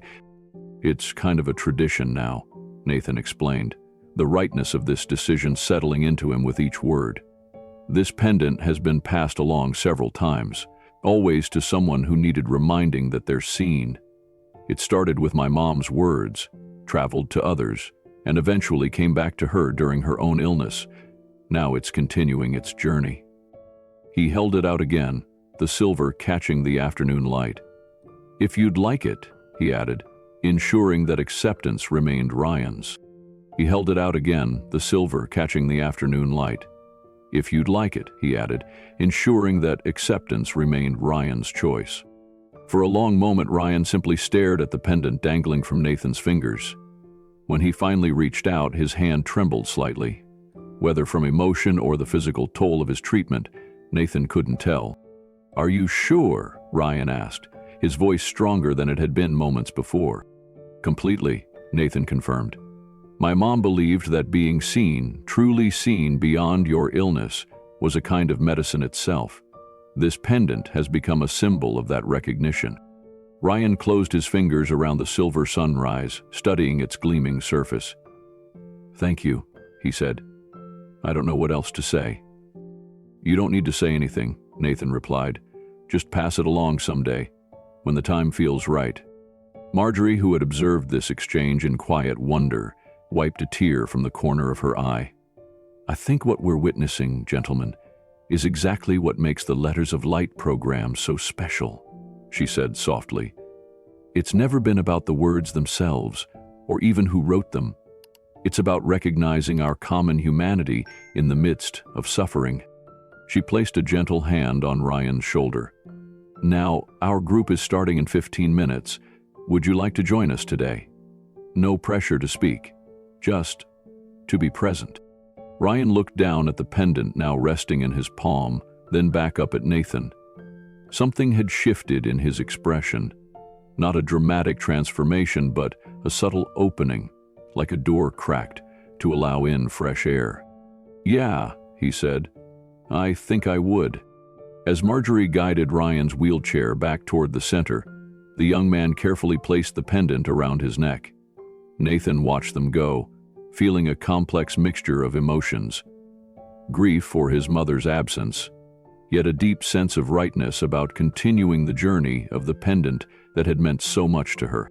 He turned back to the bench, noticing for the first time the small sprout of new growth pushing up beside it. A volunteer magnolia seedling, likely from the gardens nearby. It was barely 6 inches tall, its leaves still tender and new, but unmistakable in its determination to grow exactly where it had landed. Nathan smiled, thinking of the magnolia sapling in his apartment, and of the mature tree in his mother's garden that had shadowed her final days. Generation after generation, life continuing its cycles of growth and renewal, each connected to what came before. He knelt beside the seedling, carefully clearing away competing weeds from its base, giving it room to establish itself. Like the pendant, like his mother's words, like the connections formed through shared recognition. Some things were meant to continue their journey, long after their origins were forgotten. "Well, Mom," he said softly to the empty garden, "your words are still here." The late afternoon sunlight slanted through the oak branches, creating patterns of light and shadow across the bench's bronze plaque. "To those who made it through the night." Nathan traced the engraved letters with his fingertip, feeling their permanence, their promise to remain long after he himself had gone. From the community center came the sound of voices, Ryan's among them, still quiet but distinctly present. The pendant had found its next custodian, continuing the circle that had begun years ago with Maggie's casual wisdom to a fellow nurse. Nathan stood, brushing garden soil from his knees. In the distance, the sun was beginning its slow descent toward the horizon, painting the western sky in shades of gold and pink. Another day completing its cycle, another night approaching that would, in time, yield to another dawn. He began gathering his gardening tools, his movements unhurried and purposeful. The magnolia seedling would need protection through its first winter, and there were spring bulbs to plant before the first frost. Life continuing in all its ordinary magnificence. As he walked back toward the community center, Nathan touched the spot on his chest where the pendant had rested, empty now, yet somehow still carrying the weight of connection. Later, he would write to Keanu, telling him of the pendant's newest journey. Another letter, in a conversation that had expanded far beyond its original participants. Inside the center, through the windows, he could see the support group gathering in a circle, Ryan among them, the silver sunrise gleaming at his throat, catching and reflecting the light as he leaned forward slightly, listening to someone else's story. The California morning was perfect. Clear skies, gentle breeze, temperatures warm enough to sit comfortably outdoors but not so hot as to cause discomfort. Keanu had chosen this particular location carefully, a secluded corner of a public park, where an ancient oak tree spread its massive branches in a protective canopy overhead. The spot was far enough from the main paths to provide privacy, yet offered glimpses of everyday life. Children playing in the distance, couples walking hand in hand, a group of elderly women practicing Tai Chi on the manicured lawn. Beside him on the wooden bench lay Maggie's letter, her final communication, sent by Nathan after her passing, and the photograph that had accompanied it. The image showed Maggie seated by a window writing, the silver sunrise pendant visible at her throat. Despite the physical ravages of her illness evident in her thinned frame and covered head, there was an unmistakable vitality in her expression, a clarity of purpose, a profound engagement with the act of communication. Keanu had come to this spot often in the months since receiving her letter. Something about the ancient oak's steady presence, its roots reaching deep into the earth while its branches stretched toward the sky, seemed the right company for contemplating Maggie's legacy. Today, however, was different. A small film crew had accompanied him. Just 3 people, a cinematographer, a sound technician, and Elena from the foundation. This wasn't a commercial project or a promotional video. It was something more personal. A quiet record of the impact one human connection had rippled outward to touch countless lives. "Whenever you're ready," Elena said softly from where she stood a few feet away, clipboard in hand. "Just speak as if you're having a conversation with the viewers, nothing scripted." Keanu nodded, taking a moment to gather his thoughts. The cinematographer adjusted his position slightly, finding the perfect frame that included both Keanu and the oak tree behind him, with dappled sunlight filtering through the leaves. When he finally spoke, Keanu's voice carried the gentle gravity that had become his hallmark. Thoughtful, measured, authentic. "Sometimes the loudest voices are the quiet ones," he began, looking directly into the camera. "Sometimes a single letter, can be a lighthouse. He glanced down at the photograph beside him, a small smile softening his features. This is the story of Maggie Holloway, a retired nurse who wrote to me one night when sleep wouldn't come and the world felt impossibly large while she felt impossibly small. She wasn't asking for anything, not money or fame or even a response. She just wanted, for one moment, to feel seen. As the camera captured his words, Keanu shared the essence of what had transpired. The unexpected connection formed through handwritten letters, his visit to her treatment room, and most importantly, the Letters of Light program that had grown from this simple beginning. What Maggie understood, what she helped me understand more deeply, is that recognition is itself a form of medicine, he continued. Being truly seen, not as a patient or a diagnosis or a collection of symptoms, but as a complete human being with a life that extends beyond illness, this is a profound human need.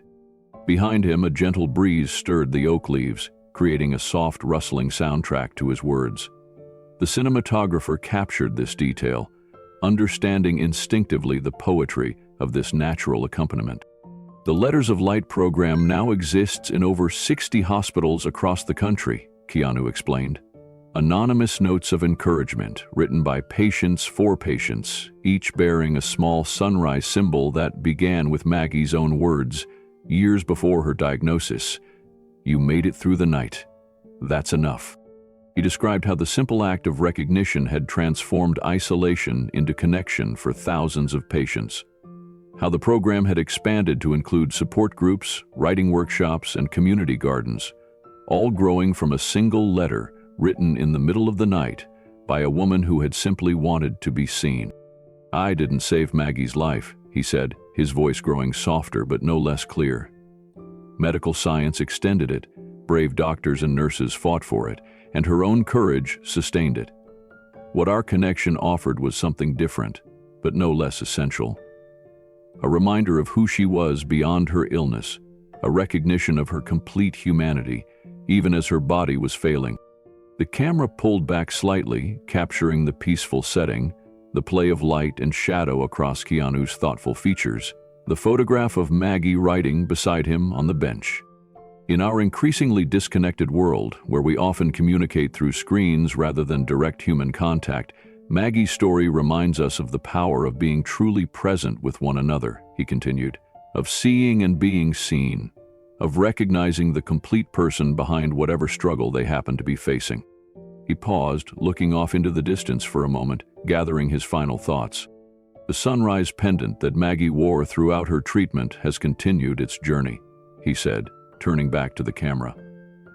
From my sister during her illness, to Maggie during hers, to her son Nathan, and now to a young man just beginning his own cancer battle.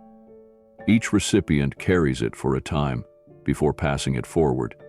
A tangible symbol of recognition, of being seen beyond one's suffering. The morning light had strengthened as he spoke, illuminating the park around them.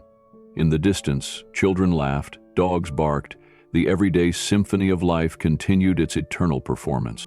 If this story moved you, Keanu said, his gaze direct and genuine, like, share, and subscribe, because someone out there might be waiting to feel remembered. He glanced once more at Maggie's photograph, a quiet acknowledgement passing between his present self and her captured image. And remember, sometimes just making it through the night is enough. Tomorrow brings its own sunrise. The camera lingered for a moment on his thoughtful expression before slowly panning upward through the oak branches to the clear blue sky beyond. The sound technician captured the gentle rustle of leaves, the distant laughter of children, the soft exhalation of Keanu's breath, a textured soundscape of life continuing in all its complexity. "Cut," said Elena softly, though it hardly seemed necessary. The moment had reached its natural conclusion. As the small crew began packing their equipment, Keanu remained seated on the bench, Maggie's letter and photograph still beside him. He wasn't in a hurry to leave this peaceful spot, or the contemplative mood the filming had evoked. Elena approached after a few minutes, sitting beside him on the bench. "That was perfect," she said. Absolutely beautiful. Thank you, Keanu replied. It felt right to share her story this way, simple, direct, like her. They sat in companionable silence for a moment, watching as the cinematographer and sound technician loaded their equipment into the van parked at the edge of the park.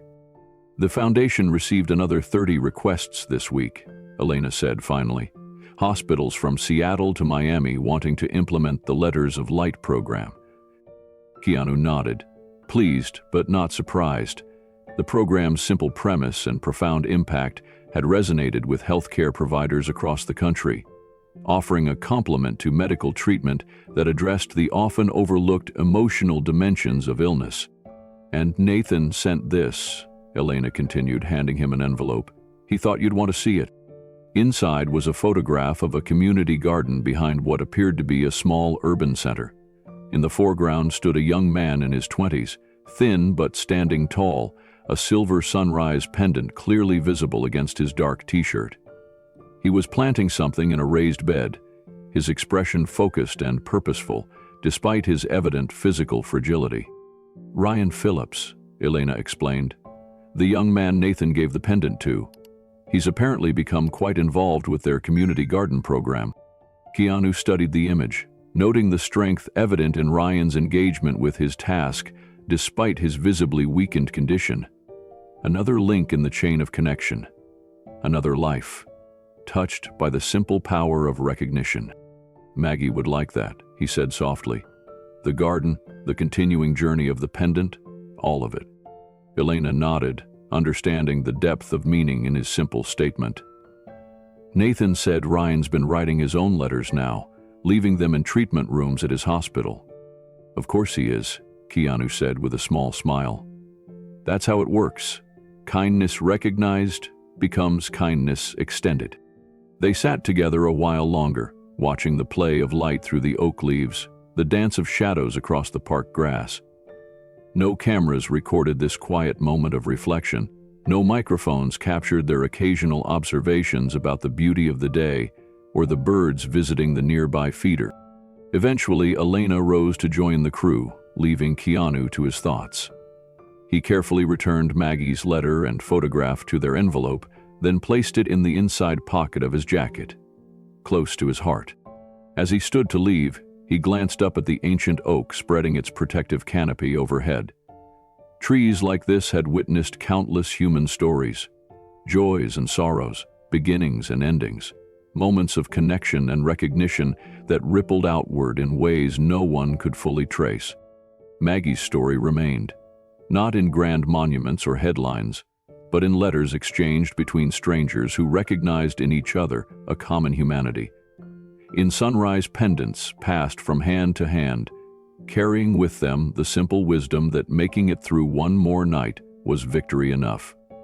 In garden benches where the weary could rest, in community spaces where isolation gave way to connection, in words that traveled further than their writer could have imagined. The breeze picked up slightly as Keanu walked away, rustling the oak leaves in what sounded almost like gentle applause. No cameras captured his small smile at the thought, or the way his hand rested briefly over the pocket containing Maggie's letter. Her story continued, in ways both seen and unseen, recognized and anonymous. A quiet testament to the power of being truly visible in a world that, too often, looked without seeing. And somewhere, someone who needed to feel remembered would find their own letter, their own moment of recognition. The circle would continue, unbroken. Fade to black. Her story remains.